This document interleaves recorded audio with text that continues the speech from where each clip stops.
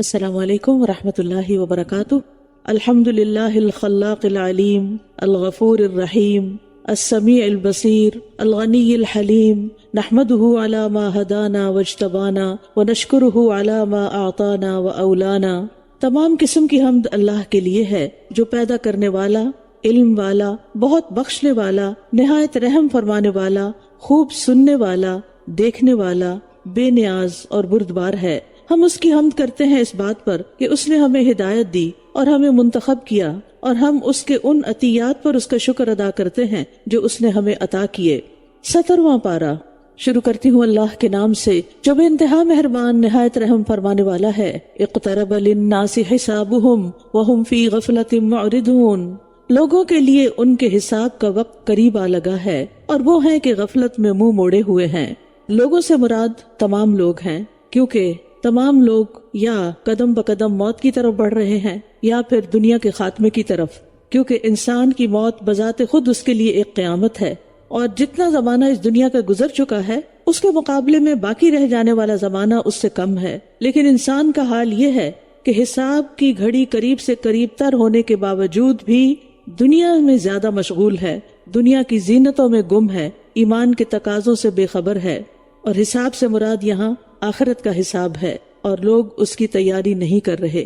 ہم سب اپنے حالات کا جائزہ لیں کہ ہم اپنے دن کا ایک بڑا حصہ دنیا کے کاموں میں گزار دیتے ہیں آخرت کی فکر کیے بغیر، یا پھر آخرت کو سامنے رکھ کر اپنے کام کرتے ہیں، چاہے دین کے ہوں یا دنیا کے ہوں، کیونکہ ہم جب سے پیدا ہوئے ہیں تو ہم ہر دن موت سے قریب ہو رہے ہیں، ہم موت کی طرف بڑھ رہے ہیں، اور موت کے بعد جلد ہی سب سے پہلے تو قبر میں حساب ہونا ہے، اور اس کے بعد قیامت کے دن بھی سوال جواب ہوں گے۔ تو اللہ سبحانہ وتعالیٰ سے دعا بھی کرنی چاہیے کہ اللہم حاسبنی حسابا یسیرا۔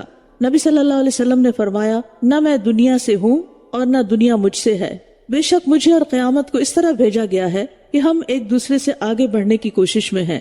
ایک اور روایت میں آپ نے فرمایا، مجھے اور قیامت کو اس انگلی اور اس انگلی کی طرف بھیجا گیا ہے، اور پھر آپ نے شہادت کی انگلی اور درمیانی انگلی کو ملا دیا، یعنی ساتھ کے ساتھ ہیں۔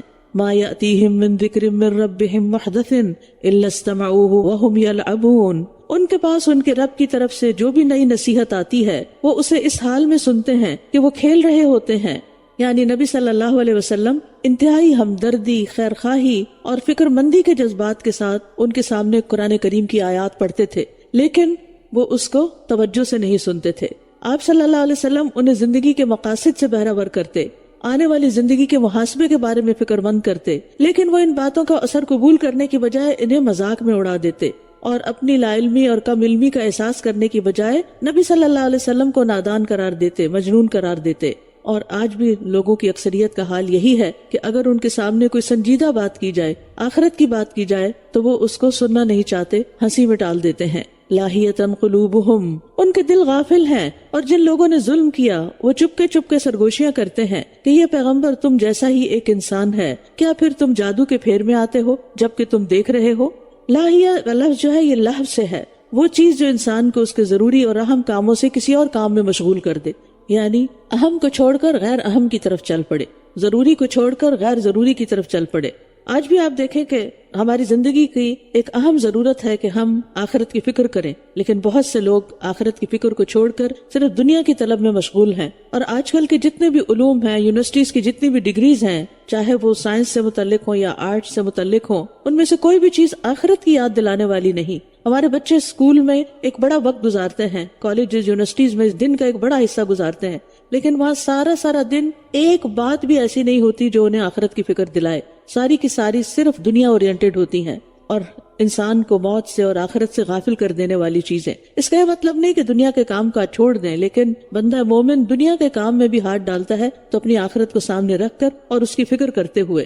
قال ربی یعلم القول فی السماء والارض، اس نے کہا میرا رب آسمان اور زمین میں ہر بات کو جانتا ہے اور وہ خوب سننے والا، خوب جاننے والا ہے۔ بل قالوا اضغاث احلام، بلکہ انہوں نے کہا یہ پریشان خواب ہے، بلکہ اس نے خود اسے گھڑ لیا ہے، بلکہ یہ شاعر ہے، بس چاہیے کہ یہ ہمارے پاس کوئی نشانی لائے، جیسے کہ پہلے رسول نشانیاں دے کر بھیجے گئے تھے۔ ان سے پہلے جس بستی کو بھی ہم نے ہلاک کیا وہ ایمان نہیں لائی، تو کیا یہ ایمان لائیں گے؟ یعنی 3 باتیں یہاں پر کہی گئی ہیں۔ پہلے یہ کہ ایمان لانے کی شرط کے طور پر تم نے پہلے رسولوں جیسا معجزہ لانے کا مطالبہ کیا، لیکن پہلے رسولوں کو جب معجزات دیے گئے تو کیا قوموں نے مانا؟ وہ نہیں مانے تو کیا تم مانو گے؟ دوسرا یہ کہ جو قومیں معجزات دیکھ کر ایمان نہیں لائیں انہیں ہلاک کر دیا گیا، تو کیا تم ایسا مطالبہ کر رہے ہو کہ جس کے نتیجے میں تمہاری ہلاکت ہو؟ اور تیسرا یہ کہ معجزہ نہ دکھانا دراصل تم پر اللہ کی رحمت ہے کہ اس نے تمہیں مہلت دے رکھی ہے، اور اس کے علم میں ہے کہ تم نہیں تو تمہاری اولادوں میں سے کوئی مسلمان ہوگا۔ وَمَا أَرْسَلْنَا قَبْلَكَ إِلَّا رِجَالًا نُوحِي إِلَيْهِمْ، اور ہم نے آپ سے پہلے بھی مردوں کو ہی رسول بنا کر بھیجا تھا جن کی طرف ہم وحی کیا کرتے تھے، بس علم والوں سے پوچھ لو اگر تم نہیں جانتے۔ اہل الذکر سے مراد اہل کتاب ہیں جو سابقہ آسمانی کتابوں کا علم رکھتے تھے، ان سے پوچھ لو کہ پچھلے انبیاء جو ہو گزرے ہیں وہ انسان تھے یا غیر انسان، وہ تمہیں یہی بتائیں گے کہ تمام انبیاء انسان ہی تھے، بشر ہی تھے، اور ہم نے انہیں ایسے جسم والا نہیں بنایا کہ وہ کھانا نہ کھاتے ہوں، اور نہ ہی وہ ہمیشہ رہنے والے تھے۔ پھر ہم نے ان سے تمام وعدے سچے کر دیے، تو ہم نے انہیں اور جن جن کو ہم نے چاہا بچا لیا، اور حد سے بڑھنے والوں کو ہم نے ہلاک کر دیا۔ لَقَدْ أَنزَلْنَا إِلَيْكُمْ كِتَابًا فِيهِ ذِكْرُكُمْ أَفَلَا تَعْقِلُونَ، یقیناً ہم نے تمہاری طرف ایک ایسی کتاب نازل کی ہے جس میں تمہارا ہی ذکر ہے، کیا پھر بھی تم عقل سے کام نہیں لیتے؟ یعنی یہ قرآن تم سے متعلق ہے، کوئی ایسا کلام نہیں کہ جس کی بات سمجھ میں نہ آئے، یا ایسی بات نہیں کہ جس سے تمہارا واسطہ نہ ہو یا تمہارا تعلق نہ ہو، یہ تو ایسی کتاب ہے کہ جس میں تمہارے حالات کا ذکر ہے اور ان کے مطابق تمہیں رہنمائی دی گئی ہے۔ دوسرا معنی ذکر کا عزت اور شرف بھی ہے، یعنی یہ کتاب تمہارے سامنے پیش کی جا رہی ہے کہ اگر تم اس پر ایمان لاؤ تو یہ تمہیں ساری دنیا میں عزت و شرف عطا کرے گی۔ جیسے ایک اور جگہ پر آتا ہے وَإِنَّهُ لَذِكْرٌ لَكَ وَلِقَوْمِكَ، کہ بے شک یہ قرآن آپ کے لیے اور آپ کی قوم کے لیے عزت و شرف کا باعث ہے۔ ذکر بمعنی نصیحت بھی ہے، یعنی اس قرآن میں تمہارے ہی لیے نصیحت ہے، یعنی ہم نے تمہاری طرف ایسی کتاب نازل کی ہے جس میں تمہاری نصیحت کا سامان ہے۔ اور یہ تینوں معنی بھی ہو سکتے ہیں کیونکہ قرآن کے الفاظ میں بہت وسعت ہے، اللہ تعالیٰ نے ایسے ہی نہیں عربی زبان کو اس مقصد کے لیے چنا۔ اور یہ حقیقت ہے کہ جو شخص قرآن پڑھتا ہے اور قرآن کا ماہر ہوتا ہے اس کو اللہ تعالیٰ بہت بڑا شرف عطا کرتے ہیں۔ نبی صلی اللہ علیہ وسلم نے فرمایا جو آدمی قرآن میں ماہر ہو وہ ان فرشتوں کے ساتھ ہوگا جو لکھنے والے معزز اور بزرگی والے ہیں۔ تو قرآن عزت بھی عطا کرتا ہے، پڑھنے والے کے لیے قرآن سفارشی بھی ہوگا۔ قرآن والے اللہ تعالیٰ کے خاص بندے ہیں، اہل القرآن اہل اللہ و خاصتہ، اور قرآن پڑھنے والوں کا مقام جنت میں ہوگا۔ تو اس لیے قرآن کو معمولی کتاب نہیں سمجھنا چاہیے، یعنی اس سے منہ موڑ کر کدھر جا رہے ہو، اس کو کیوں نہیں سیکھنا چاہتے، اس کو کیوں نہیں پڑھنا چاہتے، اس میں تو تمہارے ہی فائدے کی باتیں ہیں۔ اور کتنی ہی بستیاں جو ظالم تھی ہم نے انہیں توڑ کر رکھ دیا، اور ان کے بعد ہم نے دوسری قوموں کو اٹھایا، یعنی جنہوں نے پھر نہیں مانا ان کا یہ انجام ہوا۔ تو جب انہوں نے ہمارا عذاب محسوس کیا تو اچانک وہ وہاں سے بھاگنے لگے۔ بھاگو مت اور اسی کی طرف لوٹ جاؤ جس میں تم عیش و عشرت دیے گئے تھے، اور اپنے گھروں کی طرف تاکہ تم سے سوال کیا جائے، یعنی یہ انہیں فرشتے کہتے ہیں جب ان پر عذاب لاتے ہیں۔ قالوا یا ویلنا انا کنا ظالمین، کہنے لگے ہائے افسوس ہم پر، بے شک ہم ہی ظالم تھے۔ یعنی عذاب دیکھنے کے بعد توبہ کرنے سے بھی فائدہ نہیں ہوتا، اور اس وقت باویلا مچانے سے بھی، اور اس وقت اپنی غلطیوں کو ماننے سے بھی کہ انا کنا ظالمین۔ اگر اپنی زندگی میں وہ ایک بار بھی یہ کہہ لیتے کہ ہم مانتے ہیں جو پیغمبر لائے ہیں اور ہم گناہگار ہیں، ہم قصوروار ہیں، تو ان کے گناہ معاف کر دیے جاتے۔ پھر مسلسل ان کی یہی پکار جاری رہی، یہاں تک کہ ہم نے انہیں ایک کٹی ہوئی کھیتی، ایک بجھی ہوئی آگ بنا کر رکھ دیا، جیسے راکھ ہوتی ہے جس کے اندر کوئی چیز سالڈ نہیں ہوتی، یعنی ان کا پھر نام و نشان ہی مٹ گیا۔ اور ہم نے آسمان اور زمین کو اور جو کچھ ان کے درمیان ہے کھیلتے ہوئے نہیں بنایا۔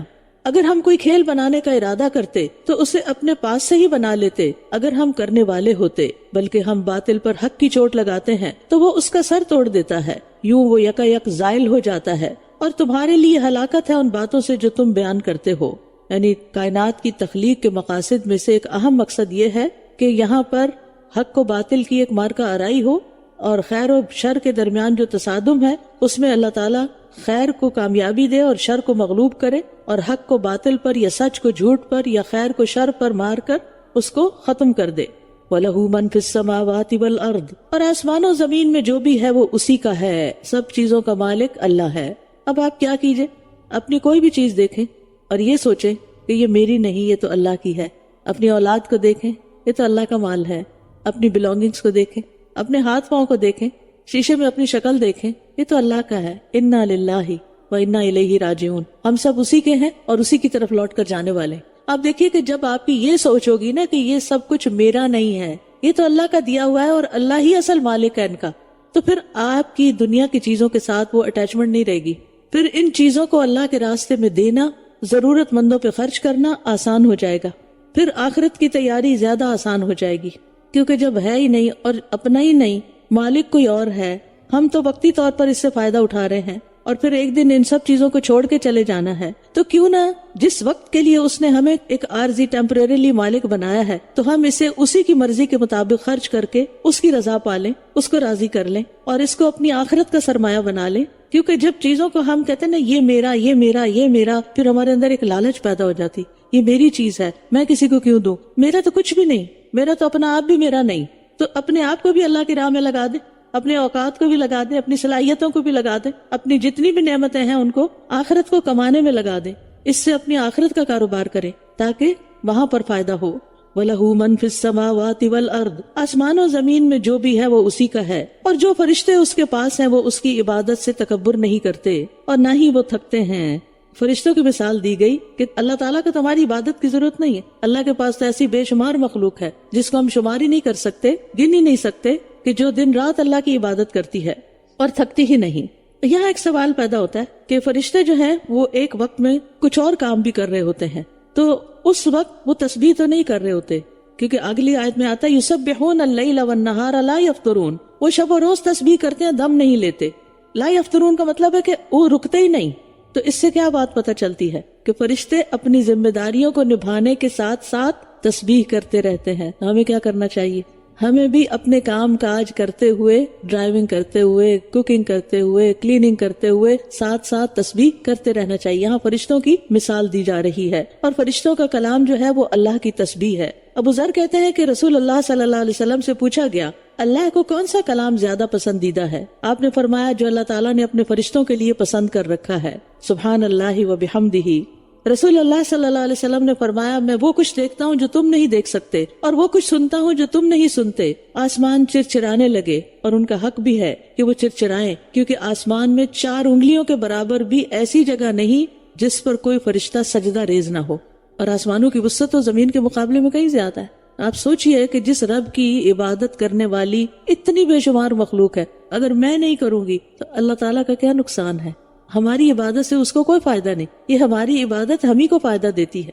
ہمارا سجدہ ہماری روحانی جسمانی صحت کے لیے بہتر ہے، ہمارا مال خرچ کرنا خود ہماری ذہنی اور نفسیاتی صحت کے لیے اچھا ہے، اور اجر الگ مل رہا ہے جو آخرت میں ہے.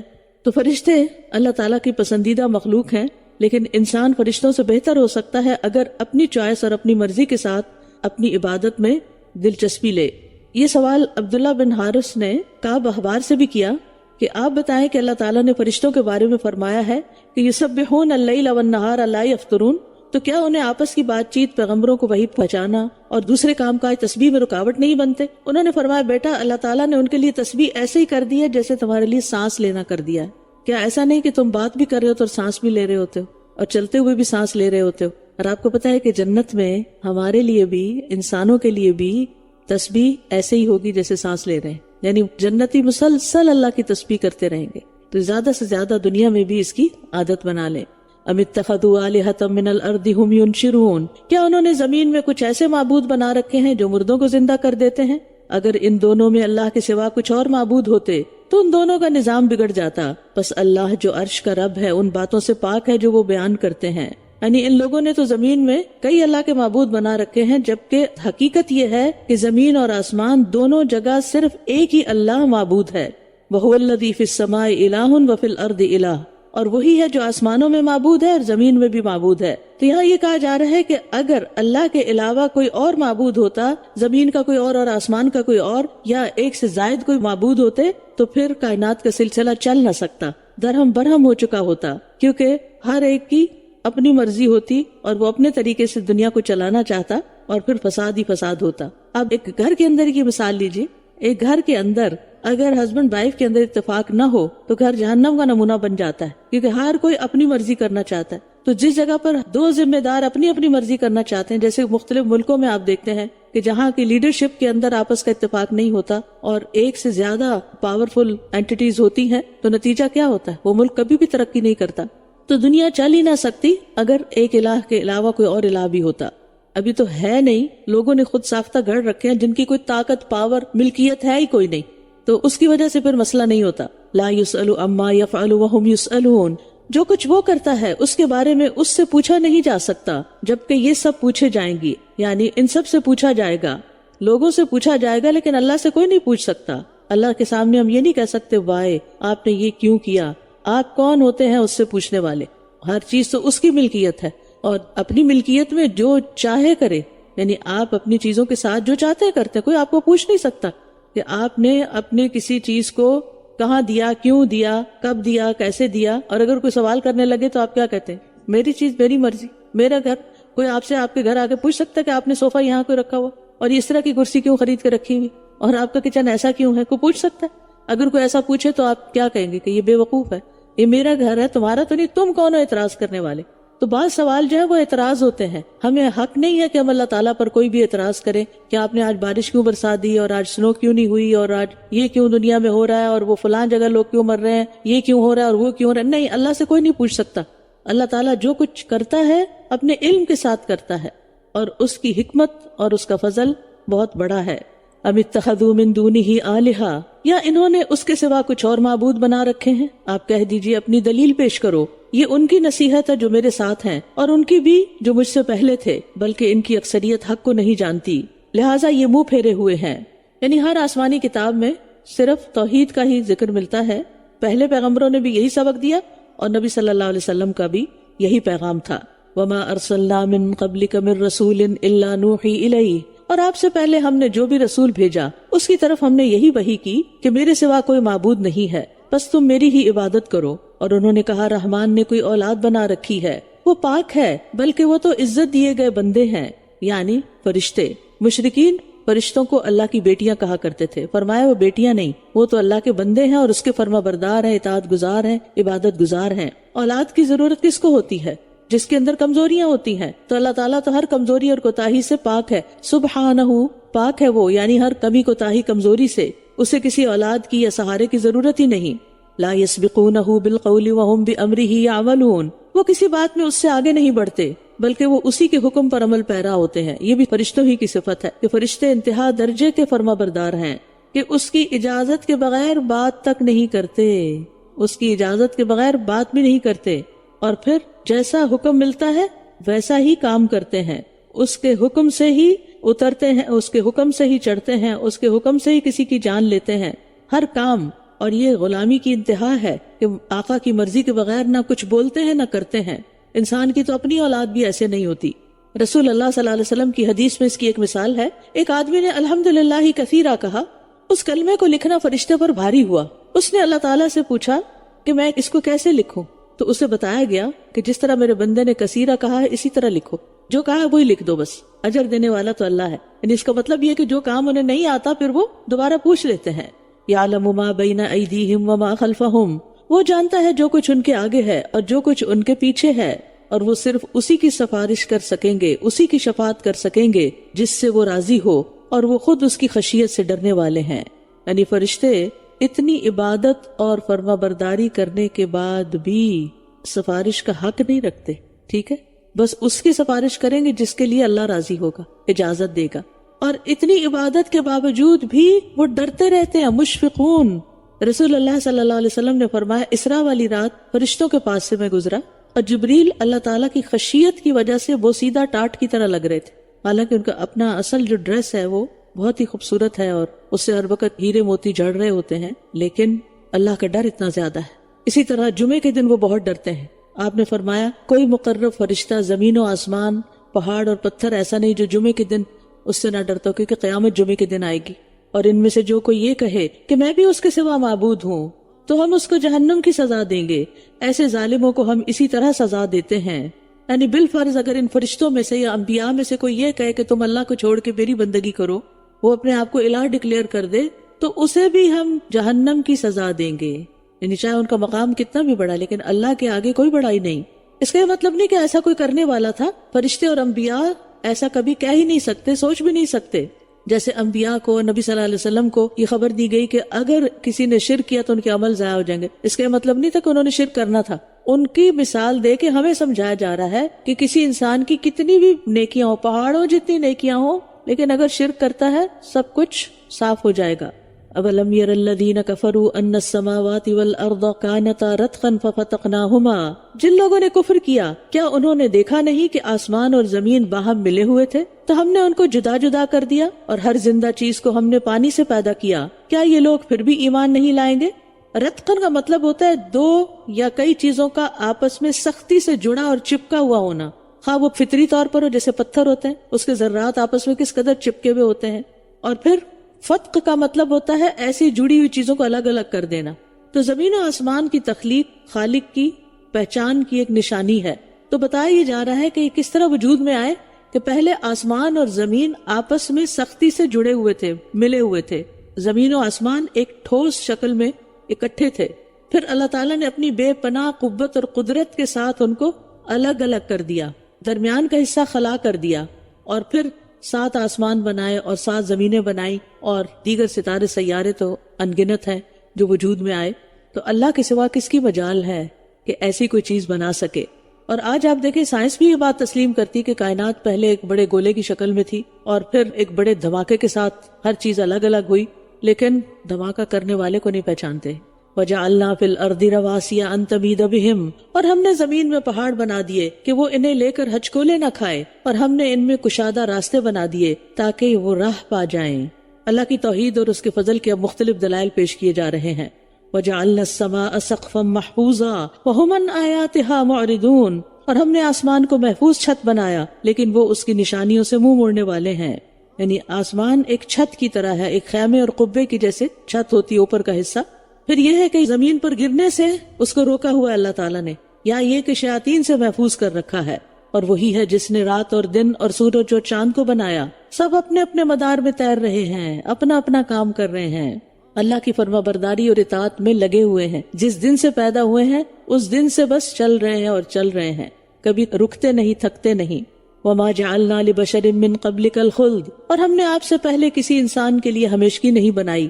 کیا پھر اگر آپ وفات پا گئے تو بھلا وہ ہمیشہ رہنے والے ہیں؟ اب یہ توحید کے 6 دلائل کے بعد دنیا کی حقیقت کا ذکر کیا جا رہا ہے کہ دنیا کی حقیقت کیا ہے.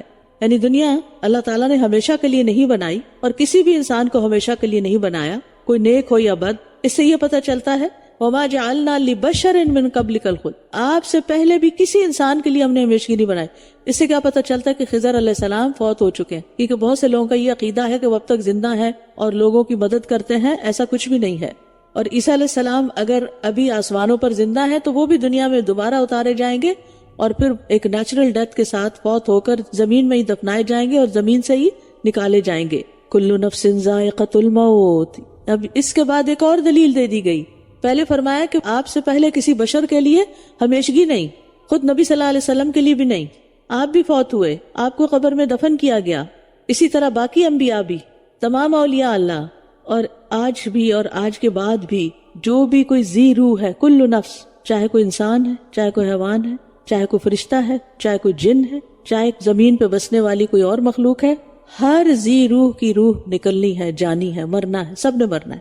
کل نفس ذائقۃ الموت وَنَبْلُوكُمْ بِالشَّرِّ وَالْخَيْرِ فِتْنَةً، اور ہم تمہیں آزمانے کے لیے برائی اور بھلائی میں مبتلا کرتے ہیں، اور تم سب ہماری ہی طرف لوٹائے جاؤ گے.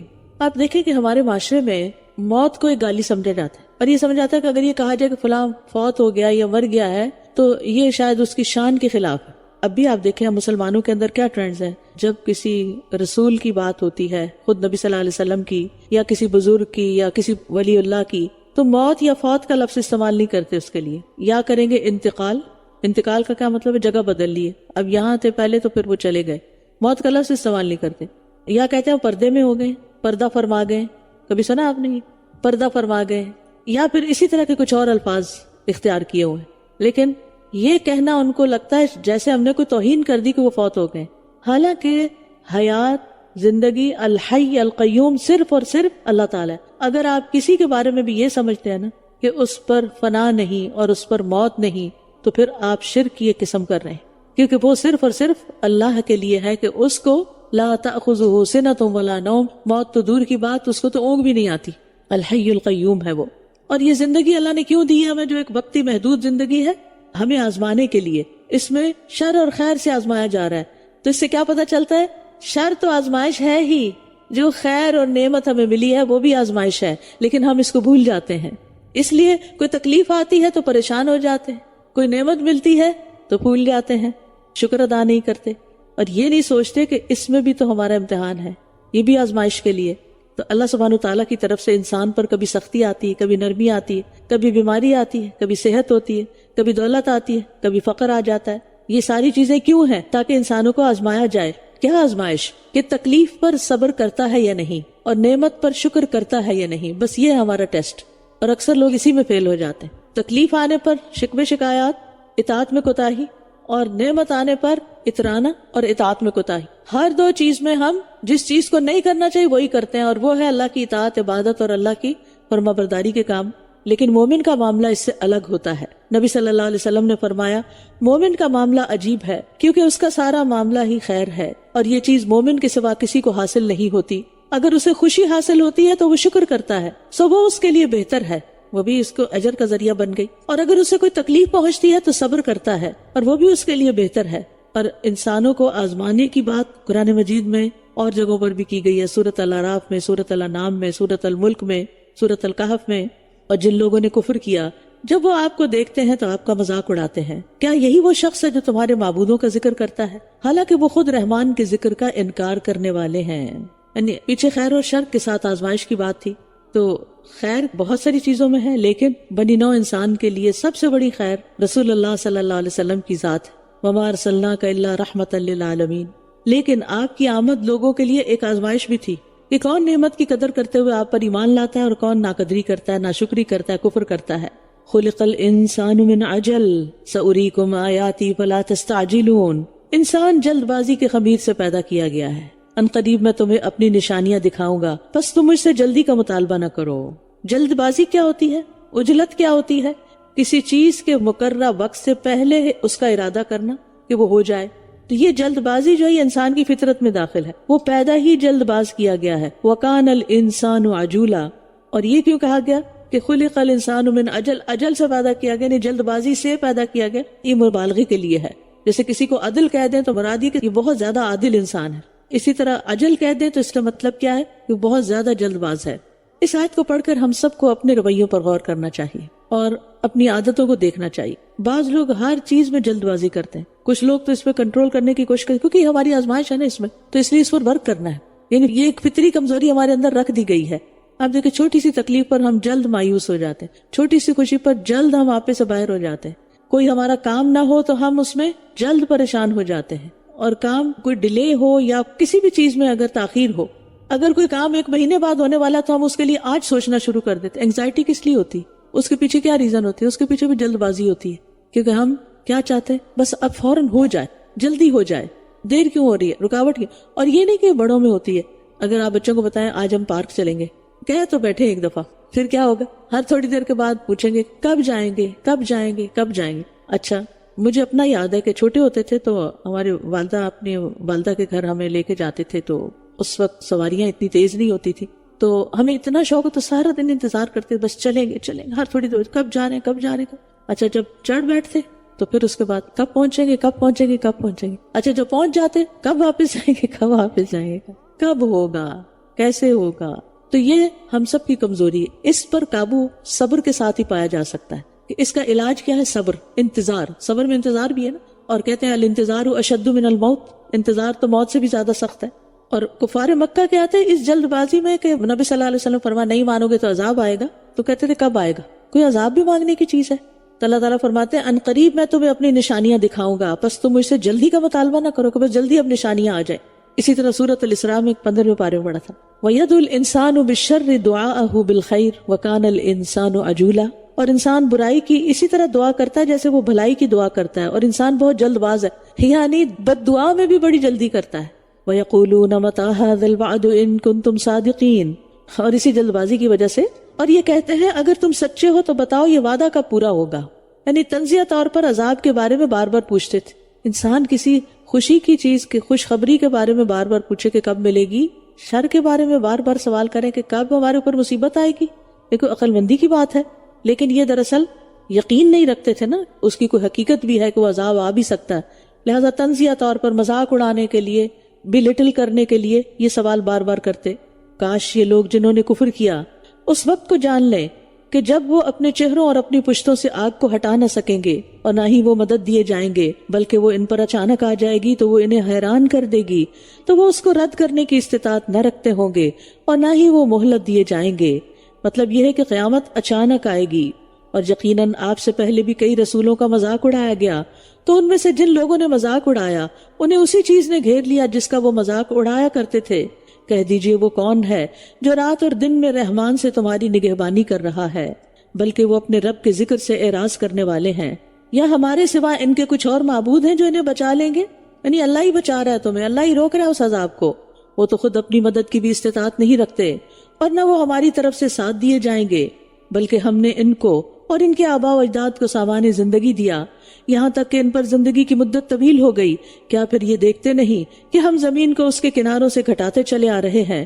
کیا پھر بھی یہی غالب آنے والے ہیں؟ کہہ دیجئے بے شک میں تو تمہیں وحی کے ذریعے خبردار کر رہا ہوں، یعنی اپنے پاس سے باتیں نہیں سنا رہا، اور بہرے پکار کو نہیں سنا کرتے جب بھی وہ خبردار کیے جائیں، اور اگر انہیں آپ کے رب کے عذاب کا ایک جھونکا بھی چھو جائے تو یہ ضرور کہیں گے ہائے افسوس ہم پر، بے شک ہم ہی ظالم تھے۔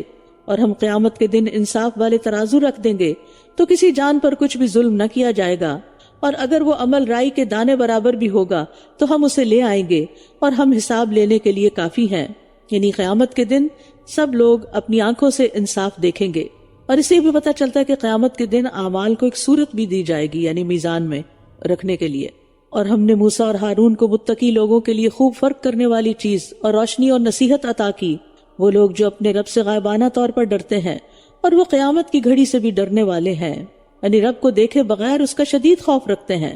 اور یہ ایک مبارک ذکر ہے، وَهَذَا ذِكْرٌ مُبَارَكٌ أَنزَلْنَاهُ أَفَأَنْتُمْ لَهُ مُنْكِرُونَ، اور یہ ایک مبارک ذکر ہے جسے ہم نے نازل کیا ہے، کیا پھر بھی تم اس کا انکار کرتے ہو؟ یعنی ایک تو یہ کتاب بابرکت ہے، دوسرے یہ کہ اللہ تعالیٰ کی طرف سے آئی ہے، پھر بھی تم اس کو نہیں مان رہے۔ وَلَقَدْ آتَيْنَا إِبْرَاهِيمَ رُشْدَهُ مِن قَبْلُ وَكُنَّا بِهِ عَالِمِينَ، اور اس سے پہلے ہم نے ابراہیم کو اس کی سمجھ بوجھ عطا کی تھی اور ہم اسے خوب جاننے والے تھے، یعنی اس کی سمجھ بوجھ کا ہمیں اچھی طرح اندازہ تھا۔ جب اس نے اپنے باپ اور اپنی قوم سے کہا یہ کیسی مورتیاں ہیں جن کے لیے تم جم کر بیٹھے ہوئے ہو، وہ کہنے لگے ہم نے اپنے آباء و اجداد کو انہی کی عبادت کرنے والا پایا ہے اور کوئی دلیل نہیں، باپ دادا کی اندھی تقلید۔ اس نے کہا تم اور تمہارے آباء و اجداد یقیناً کھلی گمراہی میں تھے۔ وہ کہنے لگے کیا واقعی تم ہمارے پاس حق لے کر آئے ہو یا تم دل لگی کر رہے ہو، ایسے ہی ہم سے مذاق کر رہے ہو؟ کیونکہ بت پرستی کی دلدل میں پھنسے ہوئے لوگ یہ تو سوچ ہی نہیں سکتے تھے کہ کوئی شخص ان کو گمراہ کہے گا، یعنی ان کی وجہ سے گمراہی پھیل رہی ہے۔ یعنی وہ سوچے نا کہ وہ ان بتوں کو، ان مورتیوں کو وہ تو ایک تقدس کے مقام پہ رکھے ہوئے تھے، اور ابراہیم علیہ السلام ان کو کیا بتا رہے ہیں کہ یہ تو کھلی گمراہی کے اسباب ہیں۔ اس لیے انہوں نے کہا کہ آپ مذاق کر رہے ہیں۔ اس نے کہا بلکہ تمہارا رب آسمانوں اور زمین کا رب ہے جس نے ان کو پیدا کیا ہے، اور میں اس پر گواہی دینے والوں میں سے ہوں۔ اللہ کی قسم میں تمہارے پیٹ پھیر کر جانے کے بعد تمہارے بتوں کے ساتھ ضرور ایک چال چلوں گا۔ پھر اس نے انہیں ٹکڑے ٹکڑے کر دیا سوائے ان کے ایک بڑے کے، تاکہ وہ اس کی طرف رجوع کریں۔ کہنے لگے ہمارے معبودوں کے ساتھ یہ کس نے کیا ہے؟ یقیناً وہ ضرور ظالموں میں سے ہے۔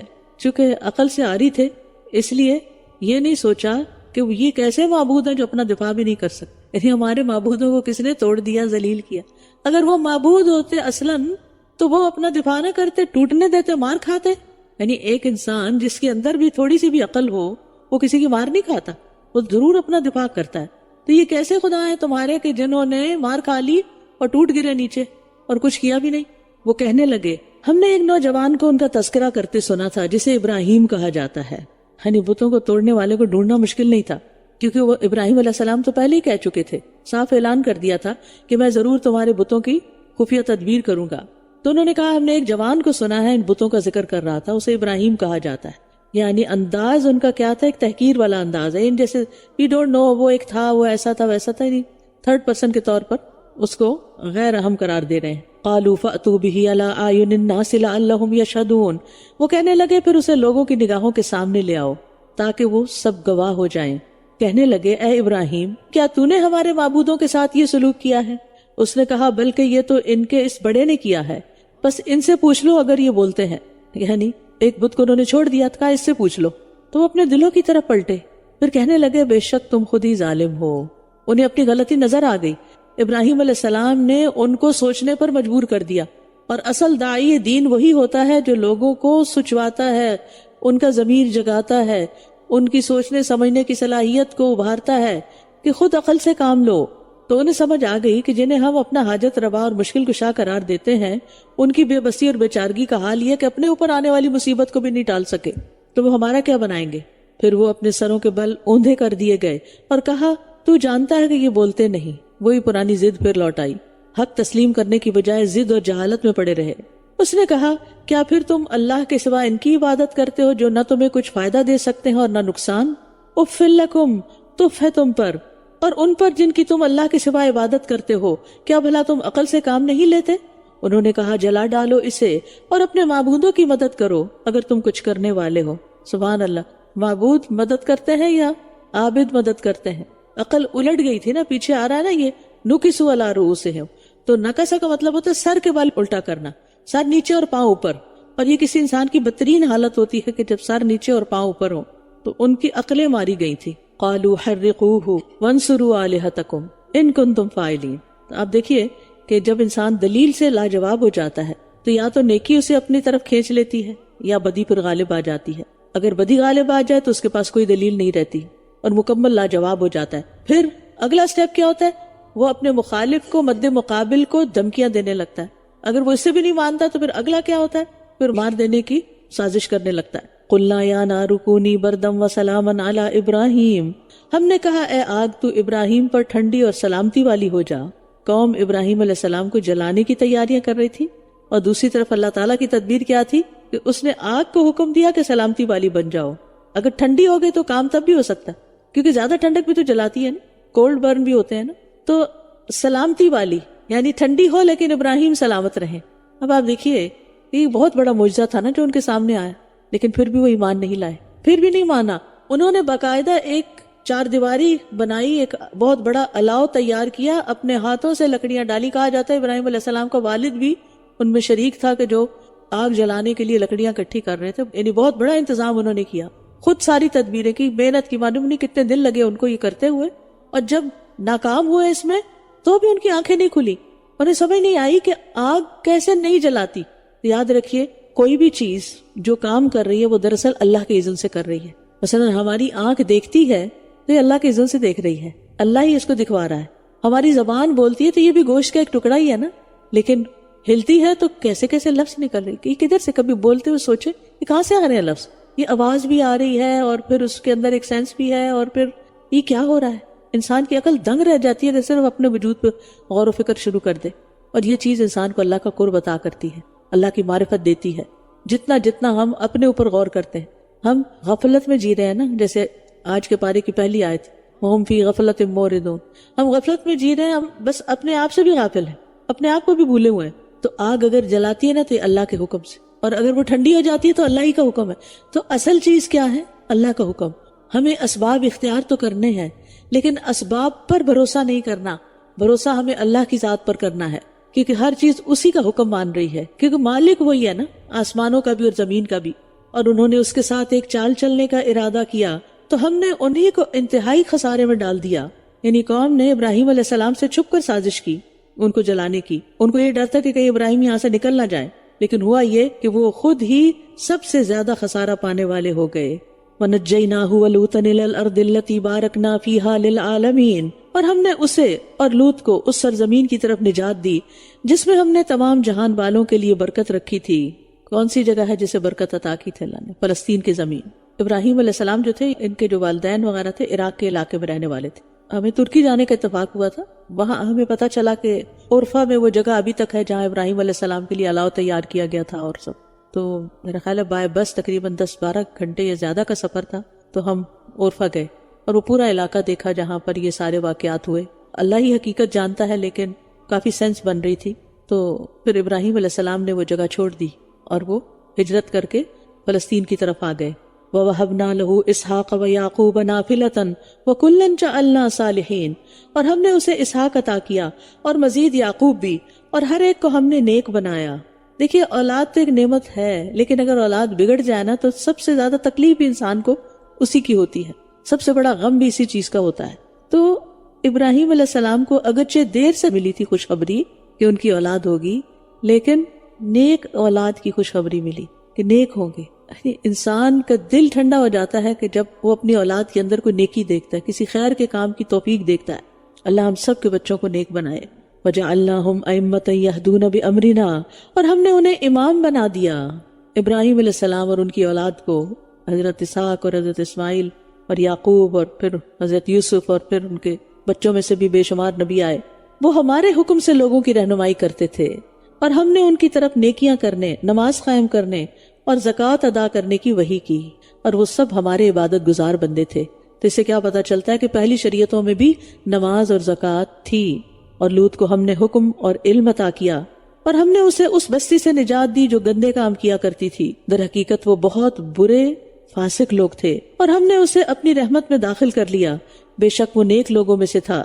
اور نوح کا ذکر کیجئے، جب اس سے پہلے اس نے ہمیں پکارا تو ہم نے اس کی دعا قبول کر لی، تو ہم نے اسے اور اس کے گھر والوں کو بہت بڑے کرب سے نجات دی، اور جن لوگوں نے ہماری آیات کو جھٹلا دیا تھا ان کے مقابلے پر ہم نے اس کی مدد کی، بے شک وہ بہت برے لوگ تھے، تو ہم نے ان سب کو غرق کر دیا۔ اور داؤد اور سلیمان کا ذکر کیجئے، جب وہ دونوں ایک کھیت کے معاملے میں فیصلہ کر رہے تھے، جب کچھ لوگوں کی بکریاں اس کو چر گئی تھیں اور ہم ان کے فیصلے کو دیکھ رہے تھے۔ کہا جاتا ہے کہ یہ انگور کی بیلیں تھی جن کے گچھے لٹک رہے تھے، اسے بکریوں نے اجاڑ دیا۔ داؤد علیہ السلام کے پاس مقدمہ آیا، آپ نے فیصلہ کیا کہ بھیڑ بکریاں انگور کی بیلوں کے مالک کو دے دی جائیں۔ تو سلیمان علیہ السلام نے کہا، اے اللہ کے نبی، اس کا فیصلہ ایک اور بھی ہے۔ پوچھا وہ کیا؟ عرض کی، آپ انگور کی بیلیں بھیڑ بکریوں والے کے حوالے کر دیں، وہ ان کی نگہداشت کرے جب تک وہ دوبارہ پہلے جیسی نہ ہو جائیں، اور بھیڑ بکریاں انگور کی بیلوں والے کے حوالے کر دیں، وہ اس وقت تک ان سے فائدہ اٹھاتا رہے، اور جب انگور کی بیلیں پہلی حالت پہ آ جائیں، یعنی جو کھائی تھی ویسی ہی بن جائیں، تو آپ انگور کی بیلیں اس کے اصل مالک کے سپرد کر دیں اور بھیڑ بکریاں اس کے مالک کے سپرد کر دیں۔ تو اللہ تعالیٰ نے فرمایا، تو ہم نے وہ فیصلہ سلیمان کو سمجھا دیا، اور ہم نے ہر ایک کو حکم اور علم عطا کیا۔ تو اس سے کیا پتہ چلتا ہے کہ بعض اوقات بچے والدین سے بہتر سوچ سکتے ہیں، اور پھر یہ ہے کہ اللہ تعالیٰ جس معاملے میں جس کو چاہے صاحب و رائے بنا دے، درست رائے عطا کر دے، خیر کی بات سجھا دے۔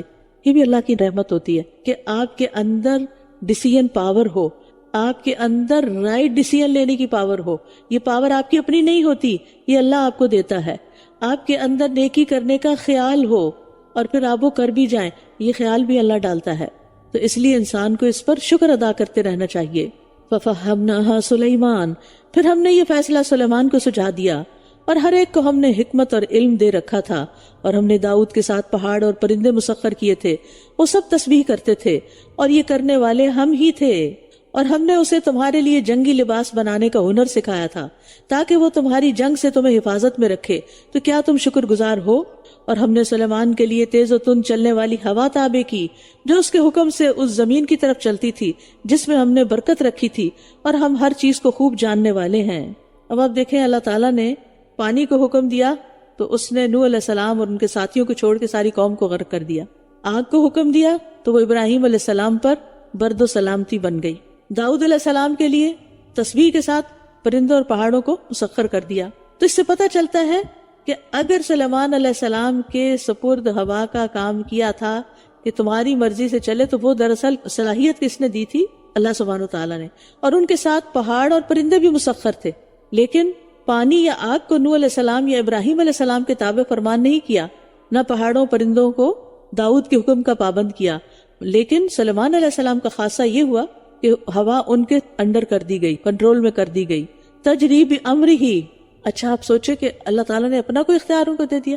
نہیں، بات یہ ہے کہ اللہ تعالیٰ نے ہم سب کو کچھ نہ کچھ اختیارات دیے ہوئے ہیں، تو یہ بھی ان میں سے ایک اختیار ہے، اور اللہ جس چیز کو جیسے چاہے استعمال کروائے۔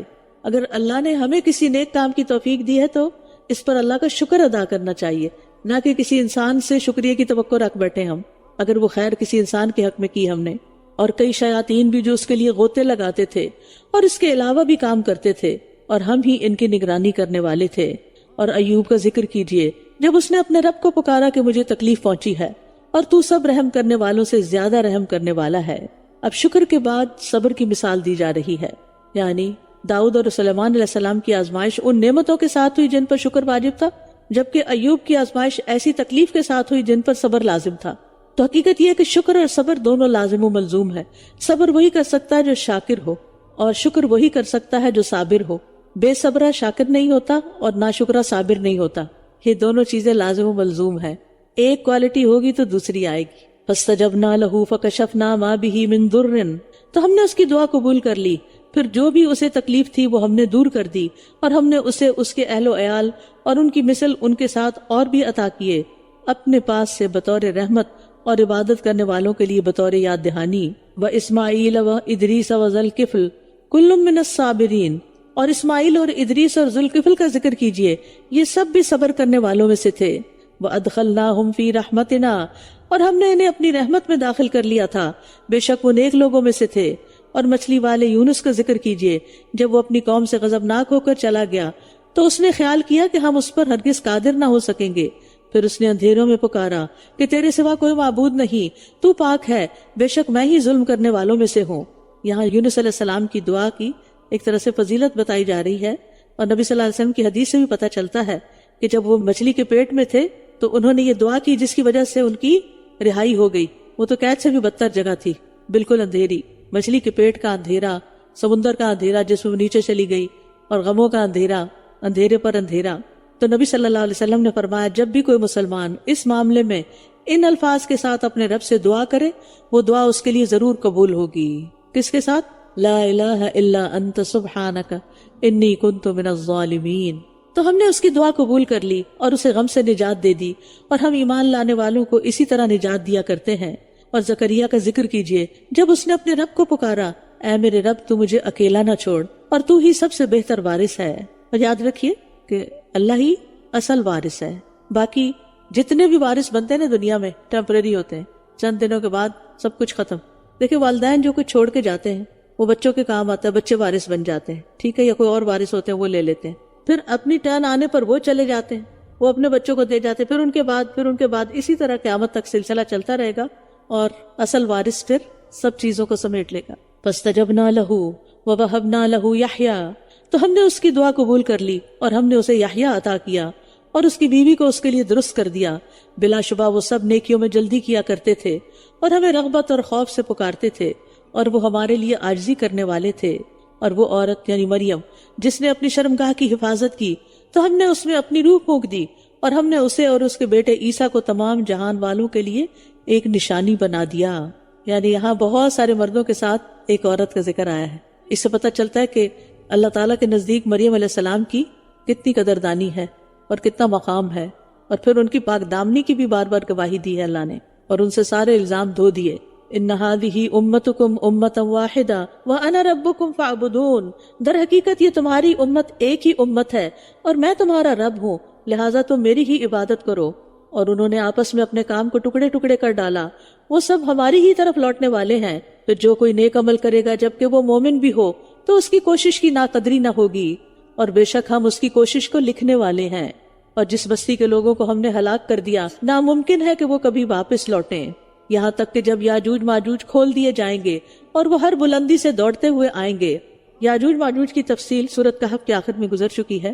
حضرت عیسیٰ علیہ السلام کی موجودگی میں قیامت کے قریب ان کا ظہور ہوگا، اور اتنی تیزی اور کثرت سے یہ ہر طرف پھیل جائیں گے کہ ہر اونچی جگہ سے یہ یوں اتریں گے کہ دوڑتے ہوئے نظر آئیں گے، اور ان کی شرارتوں سے اہل ایمان تنگ آ جائیں گے، حتیٰ کہ عیسیٰ علیہ السلام اہل ایمان کو اپنے ساتھ لے کر کوہ طور پر چلے جائیں گے۔ پھر عیسیٰ علیہ السلام کی بد دعا سے یہ ہلاک ہوں گے، اور ان کی لاشوں کی سڑاند اور بدبو ہر طرف پھیلے گی۔ پھر اللہ تعالیٰ پرندے بھیجے گا جو ان کی لاشوں کو اٹھا کر سمندر میں پھینک دیں گے۔ پھر ایک زوردار بارش ہوگی جس سے ساری زمین صاف ہو جائے گی۔ واقترب الوعد الحق، اور یہ کب ہوگا؟ قیامت کے قریب ہوگا۔ اور جب سچا وعدہ قریب آ جائے گا تو جن لوگوں نے کفر کیا ان کی آنکھیں اچانک کھلی کی کھلی رہ جائیں گی۔ ہائے افسوس ہم پر، یقیناً ہم اس سے غفلت میں تھے، بلکہ ہم ہی ظالم تھے۔ بے شک تم اور جن کی تم اللہ کے سوا عبادت کرتے ہو جہنم کا ایندھن ہے، تم اسی میں داخل ہونے والے ہو۔ اگر یہ معبود ہوتے تو اس میں داخل نہ ہوتے، اور سب اسی میں ہمیشہ رہنے والے ہیں۔ ان کے لیے اس میں چیخنا چلانا ہوگا اور وہ اس میں کچھ نہ سنیں گے، یعنی سارے کے سارے شدت غم اور الم سے چیخ چلا رہے ہوں گے، اتنا چیخیں گے کہ ایک دوسرے کی آواز کان میں نہیں پڑے گی۔ استغفر اللہ۔ اب ہوا یہ کہ جب یہ بات آئی کہ تم اور تمہارے معبود سب جہنم میں جاؤ گے، تو پھر کچھ لوگوں کی طرف سے یہ اعتراض آیا کہ لوگ تو عیسیٰ علیہ السلام اور عزیر علیہ السلام اور فرشتوں کی اور بہت سے نیک لوگوں کی بھی عبادت کرتے ہیں اور ان کو بھی معبود سمجھتے ہیں. تو اگلی آیت میں اس کا ازالہ کر دیا گیا.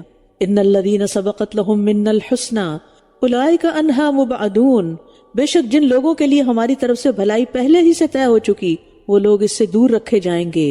یعنی ان کی مرضی نہیں تھی کہ انہیں معبود بنایا جائے، وہ اس کی آہٹ بھی نہ سنیں گے. کتنی خوبصورت آیت ہے یہ. وہ اس کی آہٹ بھی نہیں سنیں گے. کس کی؟ جہنم کی. اور وہ اپنی من پسند چیزوں میں ہمیشہ رہنے والے ہیں. سب سے بڑی گھبراہٹ انہیں غمگین نہ کرے گی اور فرشتے ان کا استقبال کریں گے. یہ ہے تمہارا وہ دن جس کا تم وعدہ دیے جاتے تھے. سبحان اللہ، کیا خوبصورت انجام ہے. اللہ ہم سب کا انجام ایسا ہی کرے. بڑی گھبراہٹ سے مراد یا تو موت ہے، موت کی بھی تو ایک گھبراہٹ ہے، سوچ کے انسان خوفزدہ ہوتا. پھر قبر کی بھی ایک گھبراہٹ ہے. پھر قبر کا حساب کتاب، پھر سور پھونکے جانے کی گھبراہٹ، پھر جب دوزخ اور جنت کے درمیان موت کو ذبح کر دیا جائے گا. تو یہ ساری چیزیں بھی ہو سکتی ہیں کہ ان تمام مواقع پر سچے پکے مومنوں کے لیے گھبراہٹ نہیں ہوگی جنہوں نے عمل صالح بھی کیے. اللہم اجعلنا منہم. سب سے بڑی گھبراہٹ انہیں غمگین نہ کرے گی. اور کیا ہوگا؟ فرشتے استقبال کریں گے، ویلکم کریں گے. جیسے طالب علم کے لیے دنیا میں ویلکم کرتے رہتے ہیں اور آپ کو دکھتے نہیں، لیکن موت کے وقت تو دکھائی دیں گے، تو ویلکم کریں گے. اور پھر یہ ہے تمہارا وہ دن جس کا تم وعدہ دیے جاتے تھے. اب تمہاری اگلی زندگی شروع ہوگی، اگلا سٹیپ آ گیا ہے. اس دن ہم آسمان کو اس طرح لپیٹ دیں گے جیسے کتابوں کے لیے لکھے ہوئے اوراق لپیٹ دیے جاتے ہیں. جیسا کہ ہم نے پہلی پیدائش کی ابتدا کی تھی، ہم اسی طرح اس کا اعادہ کریں گے. یہ ہمارے ذمہ وعدہ ہے اور ہم اسے ضرور پورا کر کے رہیں گے. وَلَقَدْ كَتَبْنَا فِي الزَّبُورِ، بلا شبہ ہم نے زبور میں نصیحت کے بعد لکھ دیا کہ اس زمین کے وارث میرے نیک بندے ہی ہوں گے. تو آپ سوچ رہے ہوں گے کہ ابھی تو ایسا نہیں، تو اس لیے مفسرین اس کو جنت کی زمین کہتے ہیں کہ جنت کے وارث نیک لوگ ہی ہوں گے. ان فی ھذا لبلاغا لقوم عابدین، بے شک اس میں عبادت گزاروں کے لیے ایک بہت بڑا پیغام ہے، میسج ہے، بہت بڑی خوشخبری ہے. وما ارسلناک الا رحمتا للعالمین، اور ہم نے آپ کو تمام جہان والوں کے لیے سراپا رحمت بنا کر بھیجا ہے. یعنی آپ کا وجود نہ صرف یہ کہ انسانوں بلکہ حیوانوں کے لیے بھی، سمندر کی مچھلیوں کے لیے بھی باعث رحمت ہے. کیونکہ جب انسان دین کو پڑھ لیتا ہے جو نبی صلی اللہ علیہ وسلم لے کر آئے، تو پھر کیا ہوتا ہے؟ وہ سب کا خیال رکھتا ہے، سب کا لحاظ رکھتا ہے. وہ پولوشن نہیں پھیلاتا، وہ سمندر کی مچھلیوں کا بھی خیال کرتا ہے، وہ چیونٹیوں کا بھی خیال کرتا ہے، وہ پودوں کا بھی خیال کرتا ہے، وہ ہر مخلوق کے لیے خیر خواہ ہوتا ہے. کہہ دیجئے بے شک میری طرف وحی کی جاتی ہے کہ تمہارا معبود صرف ایک ہی معبود ہے، تو کیا تم اس کے فرما بردار ہو؟ پھر بھی اگر وہ منہ موڑ لیں تو کہہ دیجئے میں نے تم سب کو یکساں طور پر خبردار کر دیا ہے، اور میں نہیں جانتا آیا کہ وہ قریب ہے یا دور جس کا تم وعدہ کیے جاتے ہو. بے شک وہ بلند آواز سے کہی ہوئی بات کو بھی جانتا ہے، اور وہ بھی جانتا ہے جسے تم چھپاتے ہو. اور میں نہیں جانتا شاید کہ یہ مہلت تمہارے لیے ایک آزمائش ہو اور ایک مدت تک کچھ فائدہ اٹھانا ہو. اس نے کہا اے میرے رب حق کے ساتھ فیصلہ فرما دے، اور ہمارا رب رحمان ہے جس سے مدد طلب کی جاتی ہے اس پر جو تم بیان کرتے ہو. سورۃ الحج. یا ایھا الناس اتقوا ربکم ان زلزلۃ الساعۃ شیء عظیم، اے لوگو اپنے رب سے ڈرو، بلا شبہ قیامت کا زلزلہ بہت بڑی چیز ہے، اس سے غفلت اختیار نہ کرنا. دن بدن قریب آتا جا رہا ہے. جس دن تم اسے دیکھو گے ہر دودھ پلانے والی اس بچے سے غافل ہو جائے گی جسے اس نے دودھ پلایا، اور ہر حمل والی اپنا حمل گرا دے گی. اور آپ لوگوں کو یوں دیکھیں گے کہ وہ نشے میں ہیں، حالانکہ وہ نشے میں نہیں ہوں گے، لیکن اللہ کا عذاب بھی بہت سخت ہوگا. یعنی اس دن لوگوں پر سخت خوف، دہشت اور گھبراہٹ طاری ہوگی. یہ قیامت سے قبل ہوگا اور پھر اس کے ساتھ ہی دنیا فنا ہو جائے گی، یا پھر قیامت کے بعد اس وقت ہوگا جب قبروں سے اٹھ کر لوگ میدان حشر میں جمع ہو رہے ہوں گے اور لوگوں کے اوپر شدید خوف طاری ہوگا. اور لوگوں میں سے کوئی ایسا بھی ہے جو اللہ کے بارے میں علم کے بغیر جھگڑا کرتا ہے، اور وہ ہر سرکش شیطان کی پیروی کرتا ہے. اس پر لکھ دیا گیا کہ جو کوئی اسے دوست بنائے گا تو یقیناً وہ اسے بھٹکا دے گا اور اس کو دوزخ کے عذاب کی راہ دکھائے گا. یعنی شیطان سے دوستی کرنے والے کو شیطان گمراہ کر دے گا. تو ہر حال میں اس کی مخالفت کرنی چاہیے، اس کی بات نہیں ماننی چاہیے. یا ایھا الناس، اے لوگو اگر تم دوبارہ اٹھائے جانے کے بارے میں کسی شک میں مبتلا ہو تو بے شک ہم نے تمہیں مٹی سے پیدا کیا، پھر نطفے سے، پھر جمے ہوئے خون سے، پھر شکل والی اور بے شکل گوشت کی بوٹی سے، تاکہ ہم تمہارے لیے اپنی قدرت واضح کر دیں. اور ہم جسے چاہتے ہیں ایک مقرر وقت تک رحم مادر میں ٹھہراتے ہیں، پھر ہم تمہیں بچے کی صورت میں نکال لاتے ہیں تاکہ تم اپنی جوانی کو پہنچو، اور کوئی تم میں سے جلد فوت کر لیا جاتا ہے اور کوئی تم میں سے ناکارہ عمر کی طرف لوٹا دیا جاتا ہے تاکہ وہ جاننے کے بعد کچھ بھی نہ جانے۔ اور آپ دیکھتے ہیں کہ زمین خشک ہے، پھر جب ہم اس پر پانی برساتے ہیں تو وہ حرکت میں آ جاتی ہے اور ابھر آتی ہے اور ہر قسم کی بارونق نباتات اگاتی ہے۔ تو جو ذات انسان کو پیدا کرنے پر قادر ہے، ماں کے پیٹ سے باہر لانے پر قادر ہے، وہ ذات انسان کو مرنے کے بعد قبروں سے دوبارہ نکالنے پر بھی قادر ہے۔ جو ذات خشک زمین کے اوپر پانی برسا کر وہاں سے بارونق نباتات اگا سکتی ہے، اس کے لیے کچھ مشکل نہیں کہ وہ تمہیں دوبارہ اسی زمین سے نکال لے۔ منہا خلقناکم وفیہا نعیدکم ومنہا نخرجکم تارۃ اخری، اسی مٹی سے تمہیں پیدا کیا، اسی میں واپس جاؤ گے اور اسی سے تم دوبارہ اٹھائے جاؤ گے۔ یہ مفہوم ہے، ترجمہ نہیں۔ اور یہ جو آتا نا کہ کوئی ارذل العمر کی طرف لوٹا دیا جاتا ہے تو اس سے پناہ مانگنی چاہیے۔ ذالک بان اللہ هو الحق وانہ یحیی الموتى وانہ علی کل شیء قدیر، یہ سب اس لیے ہے کہ اللہ ہی حق ہے، اور یہ کہ وہی مردوں کو زندہ کرے گا، اور یہ کہ وہ ہر چیز پر خوب قدرت رکھنے والا ہے۔ یعنی اللہ تعالیٰ ہر چیز پر قادر ہے، جو چاہے کر سکتا ہے، اور یہ کہ قیامت کی گھڑی آنے والی ہے جس میں کوئی شک نہیں، اور یہ کہ اللہ انہیں جو قبروں میں ہے دوبارہ اٹھائے گا، یعنی جو جس حال میں بھی ہوگا ویسا ہی اٹھایا جائے گا۔ تو اچھے خاتمے کی بھی دعا کرنی چاہیے اور اچھے کاموں کی طرف دوڑنا چاہیے تاکہ قیامت کے دن اچھے اعمال کے ساتھ اٹھیں۔ اور لوگوں میں سے کوئی ایسا بھی ہے جو اللہ کے بارے میں علم، ہدایت اور روشنی دینے والی کتاب کے بغیر جھگڑا کرتا ہے، یعنی بعض لوگ ان چیزوں کے بغیر خود بھی گمراہ ہوتے ہیں اور دوسروں کو بھی کرتے ہیں۔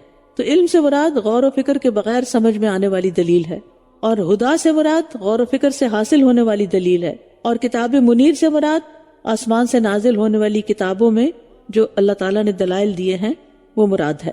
ثانیہ عطفہ لیضل عن سبیل اللہ، جو گھمنڈ میں اپنا پہلو موڑنے والا ہے تاکہ اللہ کے راستے سے بھٹکا دے، اس کے لیے دنیا میں ایک رسوائی ہے، اور قیامت کے دن ہم اسے جلتی ہوئی آگ کا عذاب چکھائیں گے۔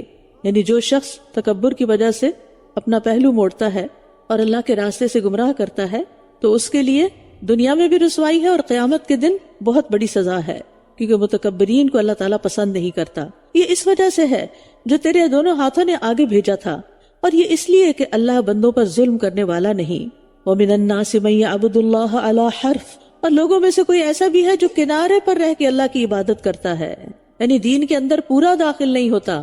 غور سے سن لیجئے، کنارے کنارے پر، ایج پر بس کھڑا ہے کہ بس ہاں نام کا مسلمان ہے، پھر اگر اسے کوئی بھلائی پہنچتی ہے یعنی اسلام قبول کرنے کے بعد، دین میں آنے کے بعد، تو اس پر وہ مطمئن ہو جاتا ہے، اور اگر اسے کوئی آزمائش آ پہنچے تو وہ منہ موڑ جاتا ہے۔ یعنی کچھ لوگ ہوتے ہیں نا کہ قرآن کلاسز میں شوق سے آتے ہیں لیکن پوری طرح ان نہیں ہوتے، اگر اللہ نہ کرے راستے میں کار کو کچھ ہو گیا یا کوئی اور نقصان ہو گیا، وہ پلٹ کے نہیں آتے کہ ہمیں تو یہ سوٹ ہی نہیں کیا، یہ سفر ہمارے لیے نحوست کا باعث ہوا، نعوذ باللہ۔ سمجھتے ہیں لوگ ایسے؟ اس زمانے میں بھی کچھ لوگ مسلمان ہوتے تھے اور اگر ان کا کوئی نقصان ہو جاتا تھا تو واپس پلٹ جاتے، مرتد ہو جاتے۔ اگر اسے کوئی بھلائی پہنچتی ہے تو اس پر مطمئن ہو جاتا ہے، اور اگر اسے کوئی آزمائش آ پہنچے تو منہ موڑ جاتا ہے۔ اس نے دنیا اور آخرت کا نقصان اٹھایا، یہی کھلا خسارہ ہے۔ یعنی فائدے کے وقت دین میں آ جانا اور تکلیف میں مرتد ہو جانا، جیسے بعض اعرابی کیا کرتے تھے، دنیا کے فائدے دیکھ کر یا دنیا کے فائدوں کے لیے عبادت کرنا، نماز پڑھنا، عمرہ وغیرہ کرنا، اور اگر مقصد پورا نہ ہو، تکلیف نہ جائے تو بندگی بھی چھوڑ دینا، نمازیں بھی چھوڑ دینا، عمرے بھی چھوڑ دینا۔ تو یاد رکھیے، کمزور ایمان والے آزمائش کے وقت قائم نہیں رہ سکتے، ان کو استقامت حاصل نہیں ہو سکتی۔ وہ اللہ کے سوا اس چیز کو پکارتا ہے جو نہ اسے نقصان دے سکتی ہے اور نہ ہی کوئی فائدہ، یہی دور کی گمراہی ہے۔ وہ اسے پکارتا ہے جس کا نقصان یقیناً اس کے نفع سے قریب تر ہے، یقیناً وہ بہت برا دوست اور بہت برا ساتھی ہے۔ ان اللہ یدخل الذین آمنوا وعملوا الصالحات، بے شک جو لوگ ایمان لائے اور انہوں نے نیک عمل کیے، اللہ ان کو ایسے باغات میں داخل کرے گا جن کے نیچے نہریں بہتی ہوں گی۔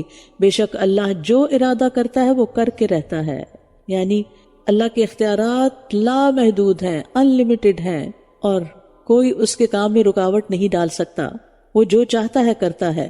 ان اللہ یفعل ما یرید، اور پھر یہ بھی کہ اللہ کے فیصلے کے آگے کوئی بھی بولنے کی ہمت نہیں رکھتا۔ من کان یظن ان لن ینصرہ اللہ فی الدنیا والآخرہ، جو کوئی یہ گمان رکھتا ہے کہ اللہ دنیا اور آخرت میں اس رسول کی ہرگز کوئی مدد نہیں کرے گا تو اسے چاہیے کہ وہ آسمان تک ایک لمبی رسی تان لے، پھر چاہیے کہ وہ اپنے گلے سے اس کو کاٹ ڈالے، پھر دیکھے کیا واقعی اس کی یہ تدبیر اس چیز کو لے جاتی ہے جو اسے غصہ دلاتی ہے۔ یعنی جو شخص یہ سمجھتا ہے کہ اللہ تعالیٰ دنیا اور آخرت میں محمد صلی اللہ علیہ وسلم کی مدد نہیں کرے گا تو پھر وہ کیا کرے، چھت سے ایک رسی باندھے، پھر رسی کے ساتھ پھانسی لگا کے اپنا گلا گھونٹے اور مر جائے، اور دیکھے کہ کیا ایسا کرنے سے اس کے غصے کی آگ بجھی ہے کہ نہیں بجھی ابھی بھی۔ تو جو اللہ تعالیٰ کی طرف سے محمد صلی اللہ علیہ وسلم کی مدد ہونے پر ان کے سینے میں بھڑک رہی ہے، کیا وہ آگ ٹھنڈی ہوئی؟ بات یہ ہے کہ اللہ تعالیٰ کی نصرت کا ایک وقت مقرر ہے، ہر چیز کا ایک وقت ہے۔ کسی چیز میں دیر کا مطلب یہ نہیں کہ وہ کام ہوگا ہی نہیں، اس کے ہونے میں دیر ہے، لیکن ہم جلد باز ہوتے ہیں۔ پچھلی آیت میں تھا نا وَمِنَ النَّاسِ مَن يَعْبُدُ اللَّهَ عَلَى حَرْفٍ، اس سے بھی یہی بات واضح ہو رہی ہے۔ وَكَذَلِكَ أَنزَلْنَاهُ آيَاتٍ بَيِّنَاتٍ وَأَنَّ اللَّهَ يَهْدِي مَن يُرِيدُ، اور اسی طرح ہم نے اس قرآن کو واضح آیات کی صورت میں نازل کیا ہے، اور یہ کہ اللہ جسے چاہتا ہے ہدایت دے دیتا ہے، یعنی اللہ تعالیٰ نے اس میں طرح طرح کے روشن دلائل رکھے ہیں۔ ان الذین آمنوا والذین ہادوا، بے شک جو لوگ ایمان لائے اور جو یہودی بن گئے اور سابی اور نصارہ اور مجوسی اور وہ جنہوں نے شرک کیا، یقیناً اللہ ان سب کے درمیان قیامت کے دن فیصلہ کر دے گا، بے شک اللہ ہر چیز پر خوب گواہ ہے۔ یعنی جھگڑا کرنے والوں کے درمیان اللہ تعالیٰ قیامت کے دن فیصلہ کرے گا، اور فیصلہ کیا ہوگا کہ جنت میں جانے کے لائق ہے یا جہنم کے قابل ہے۔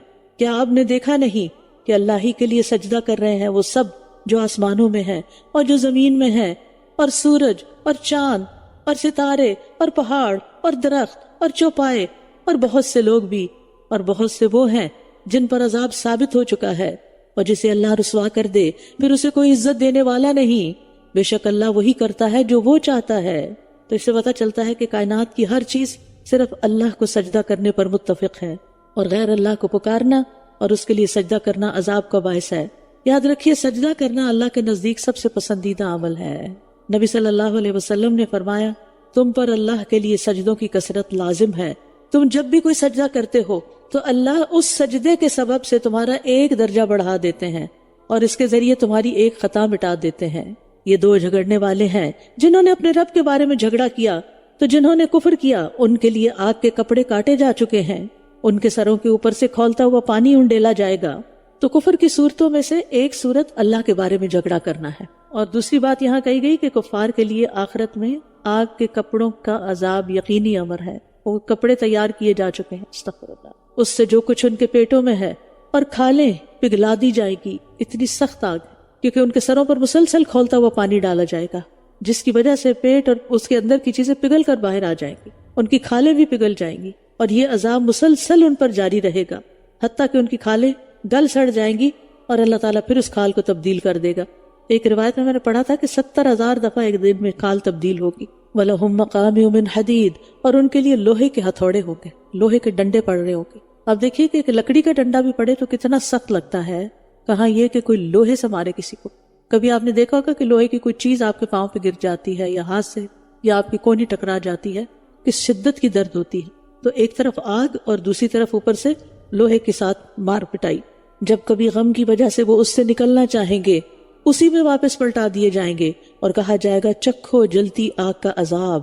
ان اللہ يدخل الذین آمنوا وعملوا الصالحات جنات تجری من تحتها الانہار، جو لوگ ایمان لائے اور انہوں نے نیک عمل کیے، اللہ انہیں ایسے باغات میں داخل کرے گا جن کے نیچے نہریں بہہ رہی ہوں گی، وہ ان میں سونے اور موتی کے کنگنوں سے آراستہ کیے جائیں گے، اور اس میں ان کا لباس ریشم کا ہوگا۔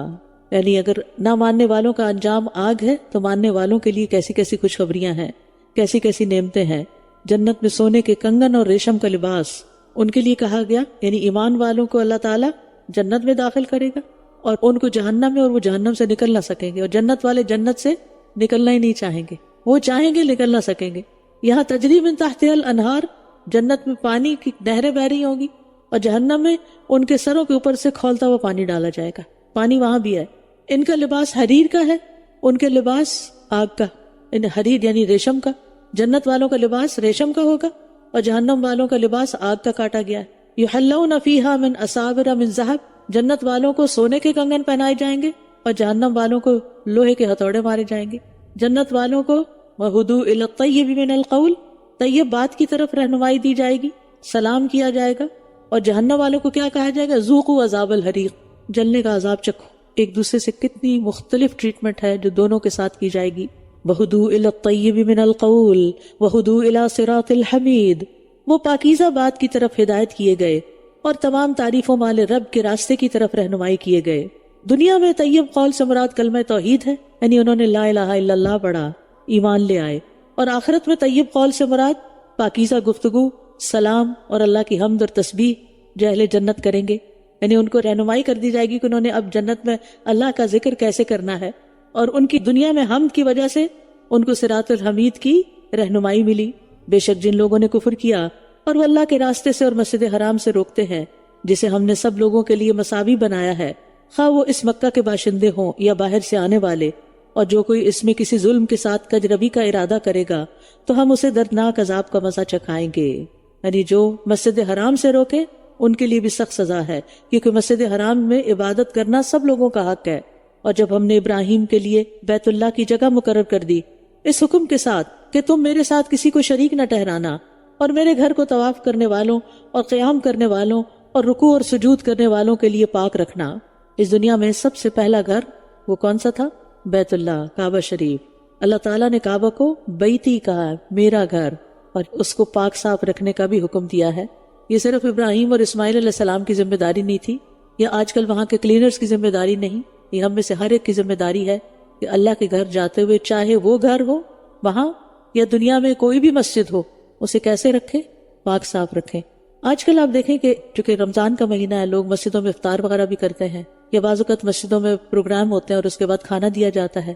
ہم سب کو سوچنا چاہیے، اور ہم سب نے ایسے نظارے دیکھے ہیں کہ لوگ اس کھانے کی وجہ سے مسجد کا پھر حال کیا کرتے ہیں، اور خاص طور پر بچوں کو وہ مسجد میں لاتے ہیں کس لیے؟ مسجد میں کیوں لایا جاتا ہے؟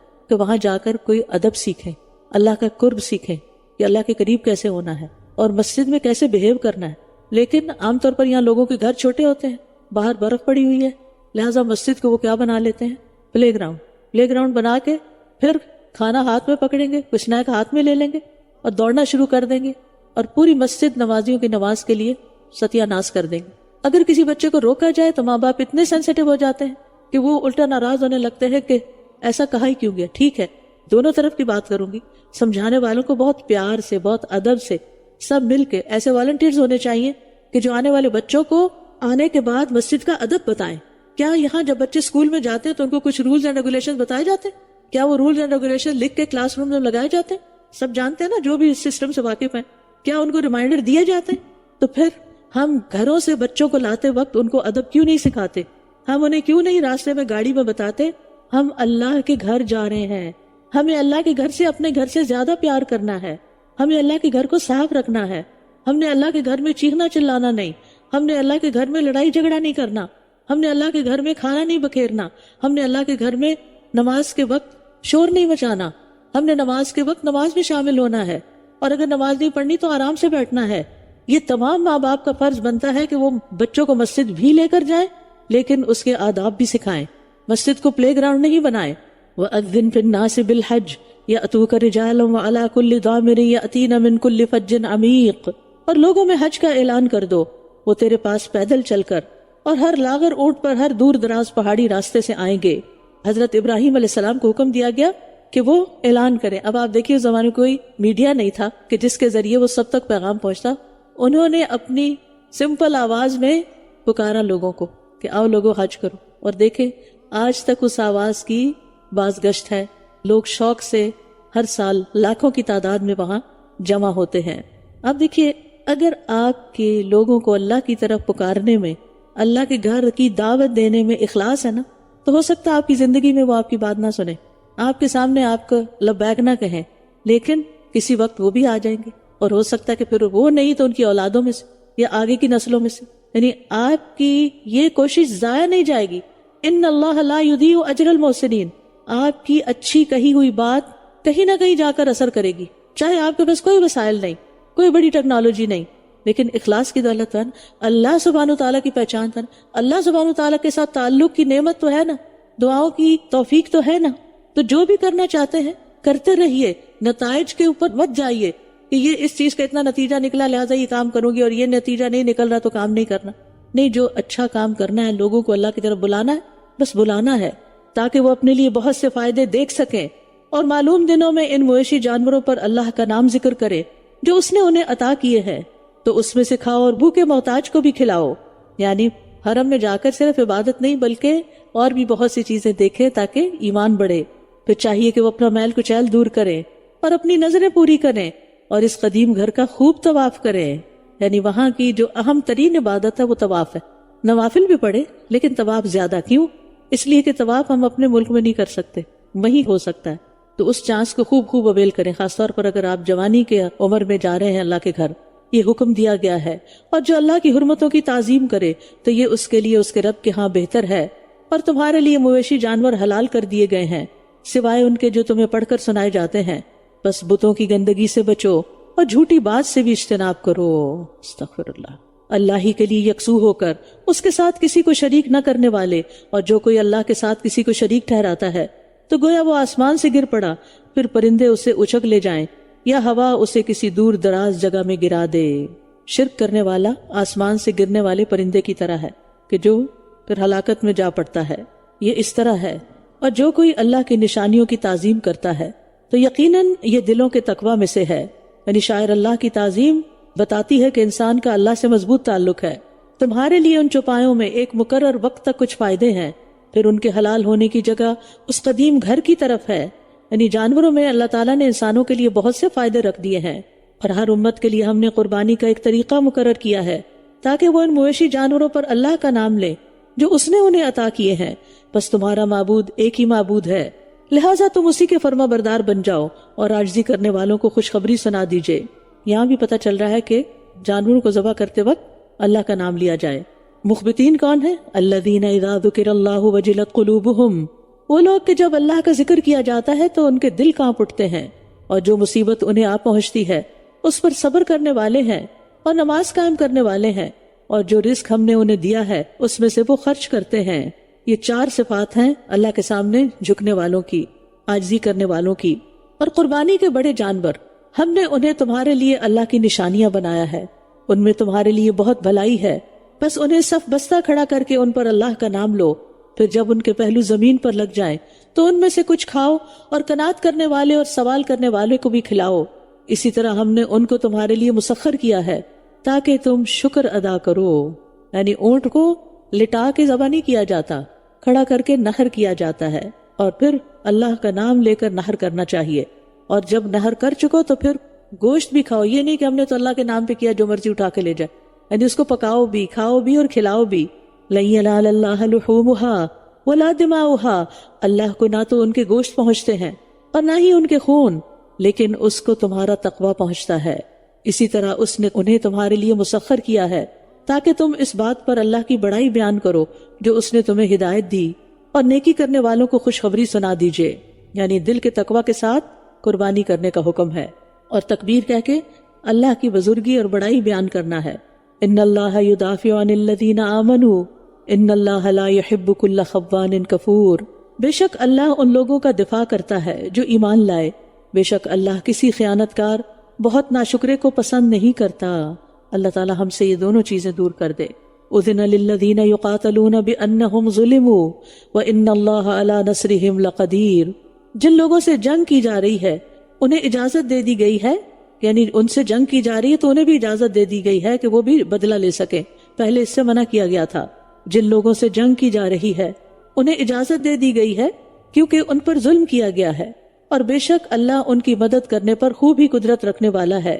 یعنی ایمان والوں کی تعداد اگرچہ کم ہے لیکن اللہ تعالیٰ ان کو غالب کر سکتا ہے. یہ وہ لوگ ہیں جو صرف اس لیے اپنے گھروں سے نکالے گئے کہ وہ کہتے ہیں ہمارا رب اللہ ہے، اور اگر اللہ لوگوں کو ایک دوسرے کے ذریعے دور نہ کرتا تو خانقاہیں اور گرجے اور یہود کی عبادت گاہیں اور وہ مسجدیں ضرور منہدم کر دی جاتی جن میں اللہ کا نام بکثرت دیا جاتا ہے، اور یقیناً اللہ ضرور اس کی مدد کرے گا جو اس کے دین کی مدد کرتا ہے.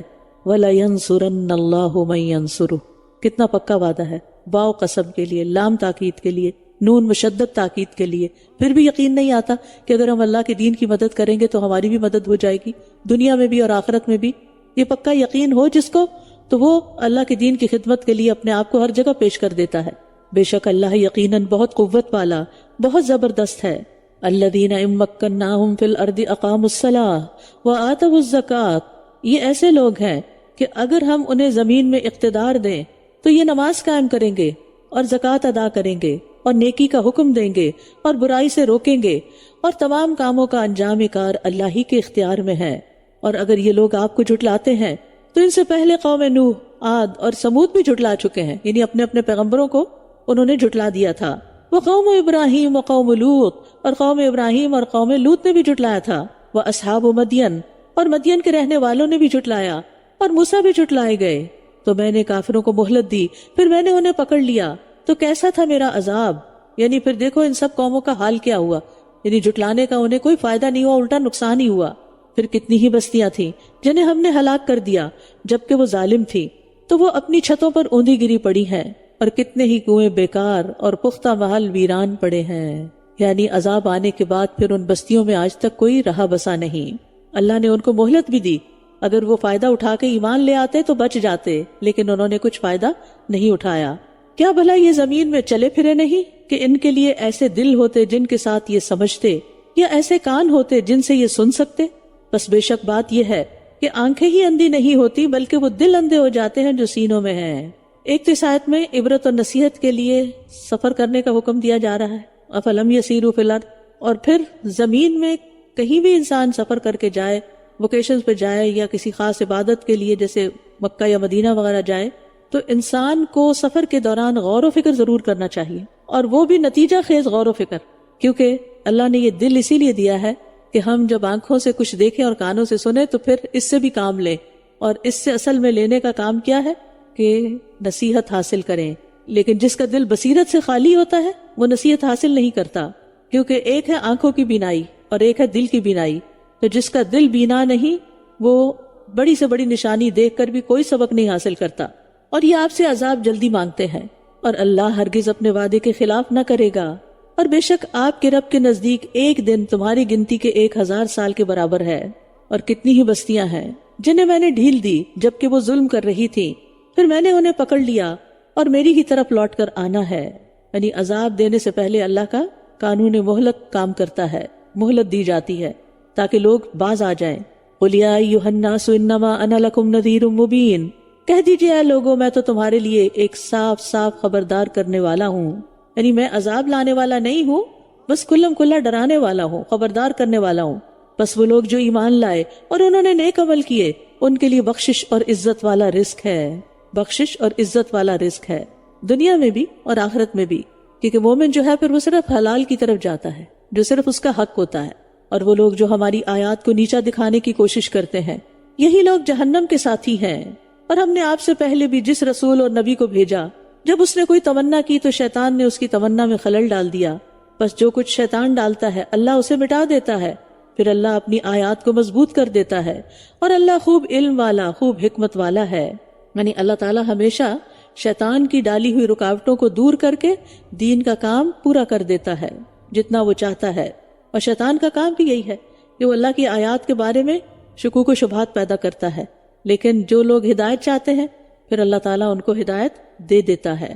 لِيَجْعَلَ مَا يُلْقِي الشَّيْطَانُ فِتْنَةً لِلَّذِينَ فِي قُلُوبِهِم مَرَضٌ، تاکہ جو خلل شیطان ڈالتا ہے وہ اسے ان لوگوں کے لیے آزمائش بنا دے جن کے دلوں میں بیماری ہے اور جن کے دل سخت ہیں، اور بے شک ظالم لوگ دور کی مخالفت میں ہیں۔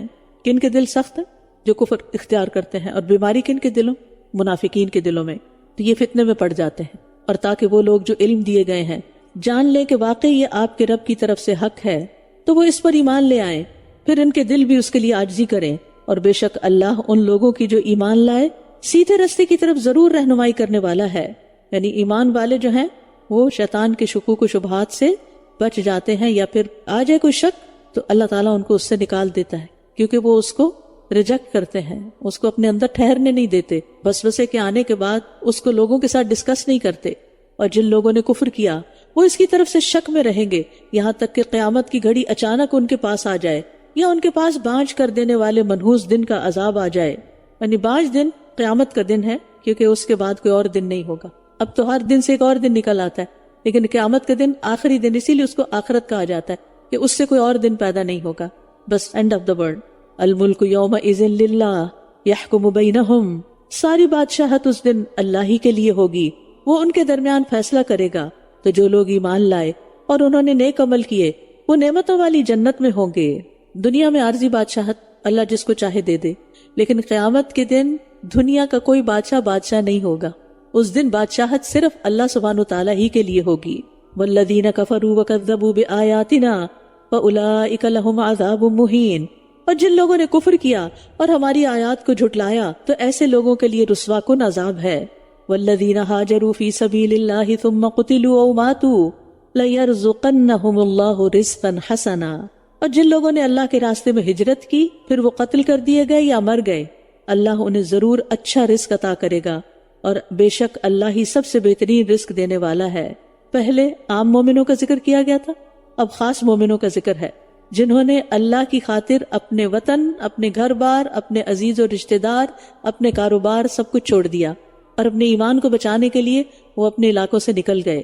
تو یہاں ہجرت کی شان اور فضیلت بتائی جا رہی ہے کہ جو ہجرت کرنے کے بعد چاہے اللہ کے راستے میں مارا جائے یا اپنے بستر پہ مر جائے، دونوں صورتوں میں اس کے لیے ایک بڑا انعام ہے، آخرت کے بلند درجات ہیں. اور اس لیے بھی کہ اللہ تعالیٰ خیر الرازقین ہے. خیر الرازقین کون ہوتا ہے اور اللہ تعالیٰ کو خیر الرازقین کیوں کہا گیا؟ کیونکہ اللہ تعالیٰ ان کو بھی دیتا ہے جو اس کو نہیں مانتے. اگر کوئی آپ کی بات نہ مانے، مثلا اولاد جن کی نافرمان ہوتی ہے، تو ماں باپ کیا کرتے ہیں؟ پاک کر دیتے ہیں. اور ویسے بھی اگر ماں باپ مسلمان اور اولاد مسلمان نہ ہو تو ان کا ویسے بھی حصہ کچھ نہیں بنتا. ٹھیک ہے، دنیا میں تو یہ چلتا ہے. لیکن اللہ سبحانہ تعالیٰ اس دنیا میں ہی جو لوگ اس کو نہیں مانتے ان کو بھی دیتا ہے. ٹھیک ہے، کیونکہ وہ خیر الرازقین ہے. دوسرا یہ کہ مانگے بغیر دیتا ہے. کیا آپ کے پاس جو کچھ ہے وہ سب آپ نے مانگا تھا؟ آج گھر جا کے دیکھیے گا کتنی چیزیں آپ کے پاس جو آپ نے سوچی بھی نہیں، مانگی بھی نہیں، طلب بھی نہیں کی، پھر بھی اللہ نے آپ کو دی. پھر بے حساب دیتا ہے، پھر کسی سے فائدے کی امید یا کسی سے خوف کے بغیر دیتا ہے. ہم تو کسی کو بازوقت دیتے ہیں نا کہ اس کو دیں تاکہ اس سے کوئی فائدہ پہنچے، یا فائدہ پہنچا تو دیں، یا اس لیے دیں تاکہ اس کے شر سے بچ سکیں. لیکن اللہ سبحانہ تعالیٰ کو ایسا کوئی خوف نہیں، وہ تو بس دے رہا ہے اور دے رہا ہے. خیر الرازقین ہے. لَيُدْخِلَنَّهُمْ مُدْخَلًا يَرْضَوْنَهُ، وہ ضرور انہیں ایسی جگہ داخل کرے گا جسے وہ پسند کریں گے. اور بے شک اللہ خوب علم والا، خوب حلم والا ہے. اب پیچھے رزقاً حسنہ کے بعد خوبصورت رہائش کو الگ سے ذکر کیا گیا ہے، یعنی کھانا بھی ہوگا اور رہائش بھی. یہ ایسا ہی ہے، اور جو کوئی بدلہ لے اسی کی مانند جیسا وہ ستایا گیا پھر اس پر زیادتی کی گئی تو اللہ ضرور اس کی مدد کرے گا. بے شک اللہ بہت معاف کرنے والا، بہت بخشنے والا ہے. اور اسی لیے مظلوم کی بد دعا سے بھی بچنا چاہیے. یہ اس لیے کہ اللہ ہی رات کو دن میں اور دن کو رات میں داخل کرتا ہے، اور یہ کہ اللہ خوب سننے والا، خوب دیکھنے والا ہے. یعنی اللہ جو مظلوم اور بے نوا کی مدد کرتا ہے وہ اس لیے ہے کہ اللہ کے لیے کچھ مشکل نہیں. وہ دن کو رات، رات کو دن بنا دیتا ہے، تو مظلوم کی مدد کیوں نہیں کرے گا؟ وہ ضرور کرے گا. اور پھر یہ اس لیے بھی کہ وہ سننے والا ہے، دیکھنے والا ہے، وہ سب دیکھ رہا ہے کیا ہو رہا ہے، مظلوم کے حال سے پوری طرح واقف ہے. وہ ایک دن اس کی مدد ضرور کرے گا. یہ اس لیے کہ اللہ ہی برحق ہے، اور جس کو بھی وہ اس کے سوا پکارتے ہیں وہ باطل ہے. اور یہ کہ اللہ ہی بہت بلند تر اور بڑائی والا ہے. اور یہ تیسری وجہ بتائی کہ یہ مظلوم مسلمانوں کی مدد کے وعدے کو پوری کرنے کی تیسری وجہ ہے کہ اللہ ہی سچا اور حق رب ہے، اس لیے وہ جس چیز کا ارادہ کرتا ہے اس کو کر گزرتا ہے. لہٰذا وہ اپنے دوستوں کی مدد ضرور کرے گا. اور اس کے سوا جس کو بھی لوگ پکارتے ہیں وہ ناحق ہے اور باطل ہے. وہ خود اپنی بھی مدد نہیں کر سکتا تو کسی مظلوم کی کیا مدد کرے گا؟ جو بت چل پھر نہیں سکتا، اگر اس کے سامنے کوئی مظلوم آ گیا تو آگے بڑھ کے اس کو چھڑائے گا؟ مدد بھی نہیں کرے گا. تو اصل معبود اللہ ہے جو مدد کر سکتا ہے، اور باطل معبود کسی کی مدد نہیں کر سکتے. اور پھر یہ اللہ تعالیٰ کی دو صفات بیان کی گئی کہ العلی ہے، الکبیر ہے. اس لیے بھی اللہ تعالیٰ مظلوم مسلمانوں کی مدد ضرور کرے گا، اور اس نے کی اور اب بھی کرے گا. کیا آپ نے دیکھا نہیں کہ اللہ ہی نے آسمان سے پانی اتارا تو اس سے زمین سرسبز ہو گئی؟ بے شک اللہ بہت باریک بین، خوب خبر رکھنے والا ہے. اسی کا ہے جو کچھ آسمانوں میں ہے اور جو زمین میں ہے. آج یہ بات بار بار آ رہی ہے، سب کچھ اللہ کا ہے. اس لیے چیزوں کے بارے میں بہت پوزیسو نہ ہو، ان سے بہت زیادہ محبت نہ کریں. ان کو جمع کریں. کہاں کے لیے؟ آخرت کے لیے. ہم ان کو یہی کے لیے بس جمع کرتے ہیں. اور جو زمین میں ہے، اور بے شک اللہ وہ بہت ہی بے نیاز، بہت تعریف والا ہے. یہ اس کے قادر مطلق ہونے پر دوسری دلیل ہے. یعنی انسان جس چیز کا مالک ہوتا ہے اس کا محتاج بھی ہوتا ہے نا، اس کی ضرورت بھی ہوتی ہے. جبکہ اللہ محتاجی سے پاک ہے، سب کچھ اس کا، لیکن وہ ان میں سے کسی چیز پر ڈیپینڈنٹ نہیں، حتیٰ کہ وہ عرش پر بھی ڈیپینڈنٹ نہیں.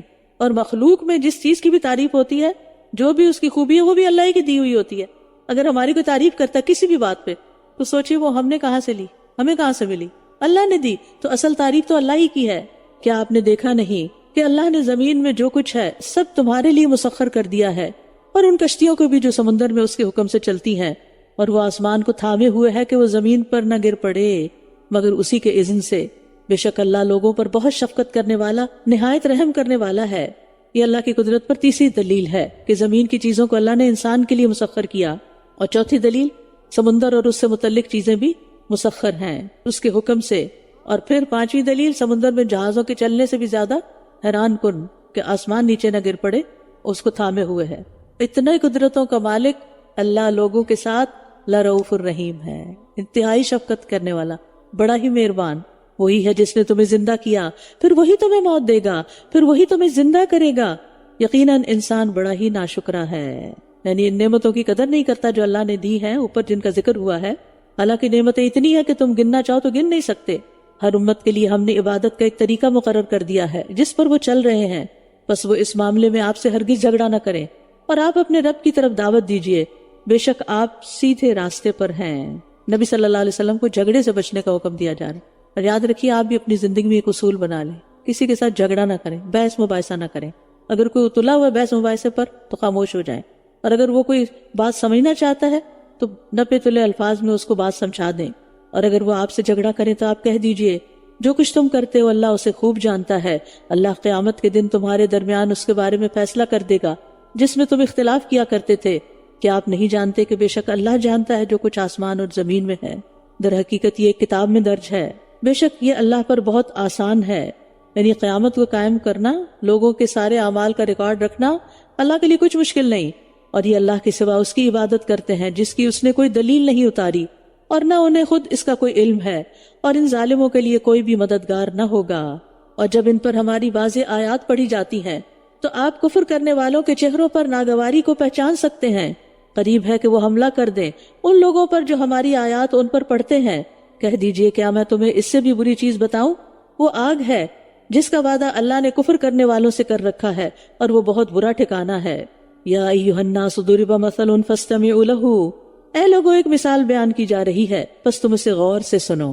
بے شک وہ سب جنہیں تم اللہ کے سوا پکارتے ہو وہ ایک مکھی بھی پیدا نہیں کر سکتے، اور اگرچہ وہ سب اس کام کے لیے جمع ہو جائیں، اور اگر مکھی ان سے کوئی چیز چھین لے جائے تو وہ اس سے اسے چھڑا بھی نہیں سکتے. کتنا کمزور ہے طلب کرنے والا اور جس سے طلب کیا جاتا ہے.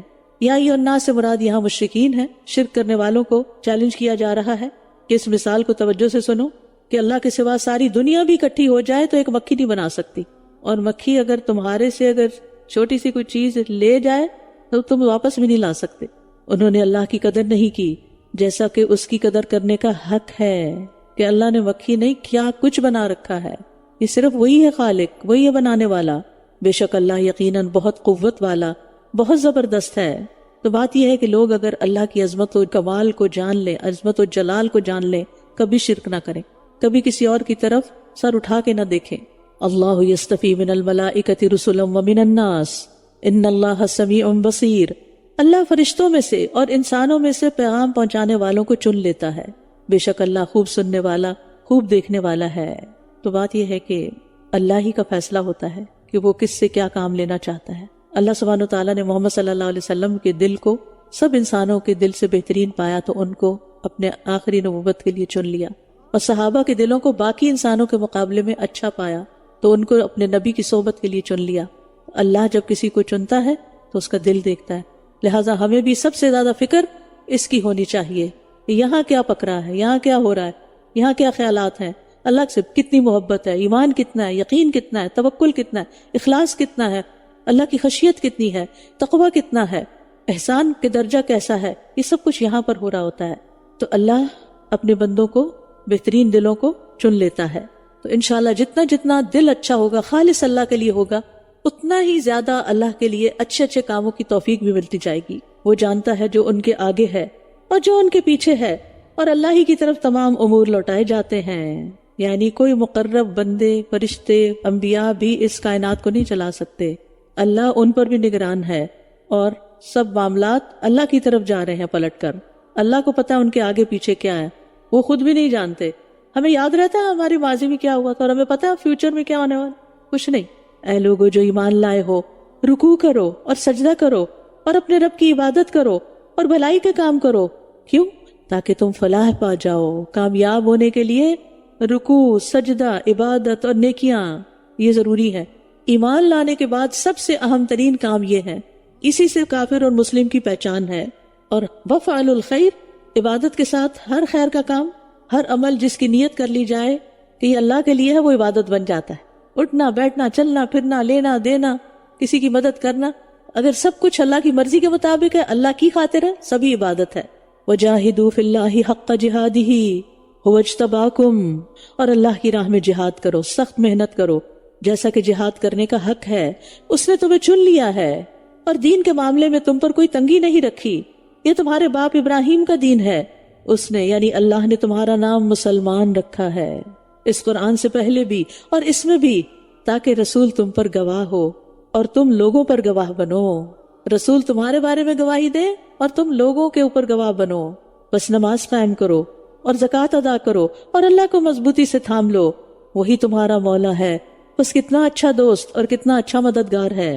اس کتاب کے اولین مخاطب صحابہ کرام ہے کہ اللہ نے ان کو چن لیا تھا، کس کام کے لیے؟ اپنے دین کو پھیلانے کے لیے، دین کو قبول کرنے کے لیے نمبر 1، پھر اسے پھیلانے کے لیے، اور پھر جو اس راستے میں روڑے اٹکا رہے تھے ان کی ڈالی ہوئی مشکلات کو ختم کرنے کے لیے۔ تو اس کام میں وہ سب لوگ شامل تھے، اسی لیے چند ہی سالوں میں اسلام دنیا کے مشرق و مغرب تک پھیل گیا۔ اور پھر اس کے بعد صحابہ کے بعد آپ دیکھیں ایسے لوگ آئے کہ جو یہ کام کرتے رہے، پھر اس میں علماء بھی آئے کہ جنہوں نے دین کو محفوظ کیا، قرآن کو لوگوں کے اندر منتقل کیا، نبی صلی اللہ علیہ وسلم کی احادیث جمع کی۔ امام بخاری کے حالات آپ کو سنائے گئے تھے، کتنی محنت کی ایک ایک عالم نے، ایک ایک راوی نے، تو کس طرح یہ دین ہم تک پہنچا۔ اگلی نسلوں کا کیا ہوگا؟ اکثر میں سوچتی ہوں کہ جن بچوں کا دن کا ایک بڑا حصہ پبلک اسکول میں گزرتا ہے، اور پھر شام کو والدین جابز پر ہوتے ہیں، بچے ٹی وی کے آگے بیٹھے ہوئے ہیں، ویکینڈ پہ پھر کوئی سیر و تفریح کے پروگرام ہے، وہ بچے دین کس وقت سیکھتے ہیں؟ ان کے ایمان کی تقویت کب ہوتی ہے؟ مسجدوں میں کتنے فیصد آتے ہیں اور نہ آنے والوں کی تعداد دیکھیے۔ نہ گھر میں کچھ سیکھ رہے ہیں کہ ماں باپ کو خود دین کا نہیں پتا، نہ کسی اسلامک اسکول میں جا رہے ہیں، نہ کسی مسجد میں جا رہے ہیں، نہ کسی حلقہ میں شریک ہو رہے ہیں۔ کیا بنے گا نسلوں؟ کیا بنے؟ صرف زبانی کلامی لا الہ الا اللہ پڑھ لینا تو کافی نہیں۔ تو اس لیے خواتین کے اندر بھی ایسی خواتین ہونی چاہیے کہ جو دین کو اچھی طرح سمجھ کر دوسروں کو سکھانے والی ہوں، تاکہ اپنے آس پاس والوں کی خبر ہو۔ اللہ نے اگر آپ کو چن لیا نا قرآن سیکھنے کے لیے، تو اپنے آپ کو پیش کریں کہ آپ سکھانے والوں میں بھی شامل ہوں۔ اور یہاں ابراہیم علیہ السلام کو باپ کہا گیا ہے، کیونکہ عرب کے اکثر لوگ انہی کی اولاد میں سے تھے، اور روحانی طور پر ساری امت مسلمہ کے باپ ہیں۔ پھر ایک اہم بات یہ کہ اللہ نے ہمارا نام مسلمان رکھا ہے، لیکن ہم مسلمان بعد میں ہیں اور کئی اور چیزیں پہلے۔ تو اللہ تعالیٰ کے انعامات پر شکر ادا کرنے کا طریقہ کیا ہے؟ اللہ کو مضبوطی سے تھام لیں، یعنی اس کے احکامات کو تھام لیں، اس کا سہارا پکڑیں، کیونکہ وہ بہترین مولا اور بہترین مددگار ہے۔ تو اللہ سبحانہ وتعالیٰ سے دعا ہے کہ ہمیں صحیح معنوں میں قرآن کو سیکھنے کی، سمجھنے کی اور اس پر عمل کرنے کی توفیق عطا فرمائے۔ تو آخری میسج دیکھیے 78 آیت کا، پارے کا آخری میسج، وَأَقِيمُوا الصَّلَاةَ وَآتُوا الزَّكَاةَ وَاعْتَصِمُوا بِاللَّهِ۔ یہ تین کام ہے کرنے کے۔ ہر مشکل میں اللہ کو پکڑنا ہے، اللہ کو تھامنا، اللہ کے آگے فریادیں کرنی۔ هُوَ مَوْلَاكُمْ، وہ اصل مولا ہے، وہ کام بنانے والا ہے۔ نعم المولا و نعم النصیر، اس سے اچھا کوئی مولا نہیں، وہ سب سے بہترین مددگار ہے، تو اسے چھوڑ کے کہاں جانا ہے؟ تو اللہ تعالیٰ ہمیں توفیق دے کہ ہم ان چیزوں پر عمل کر سکیں۔ وآخر دعوانا ان الحمد للہ رب العالمین۔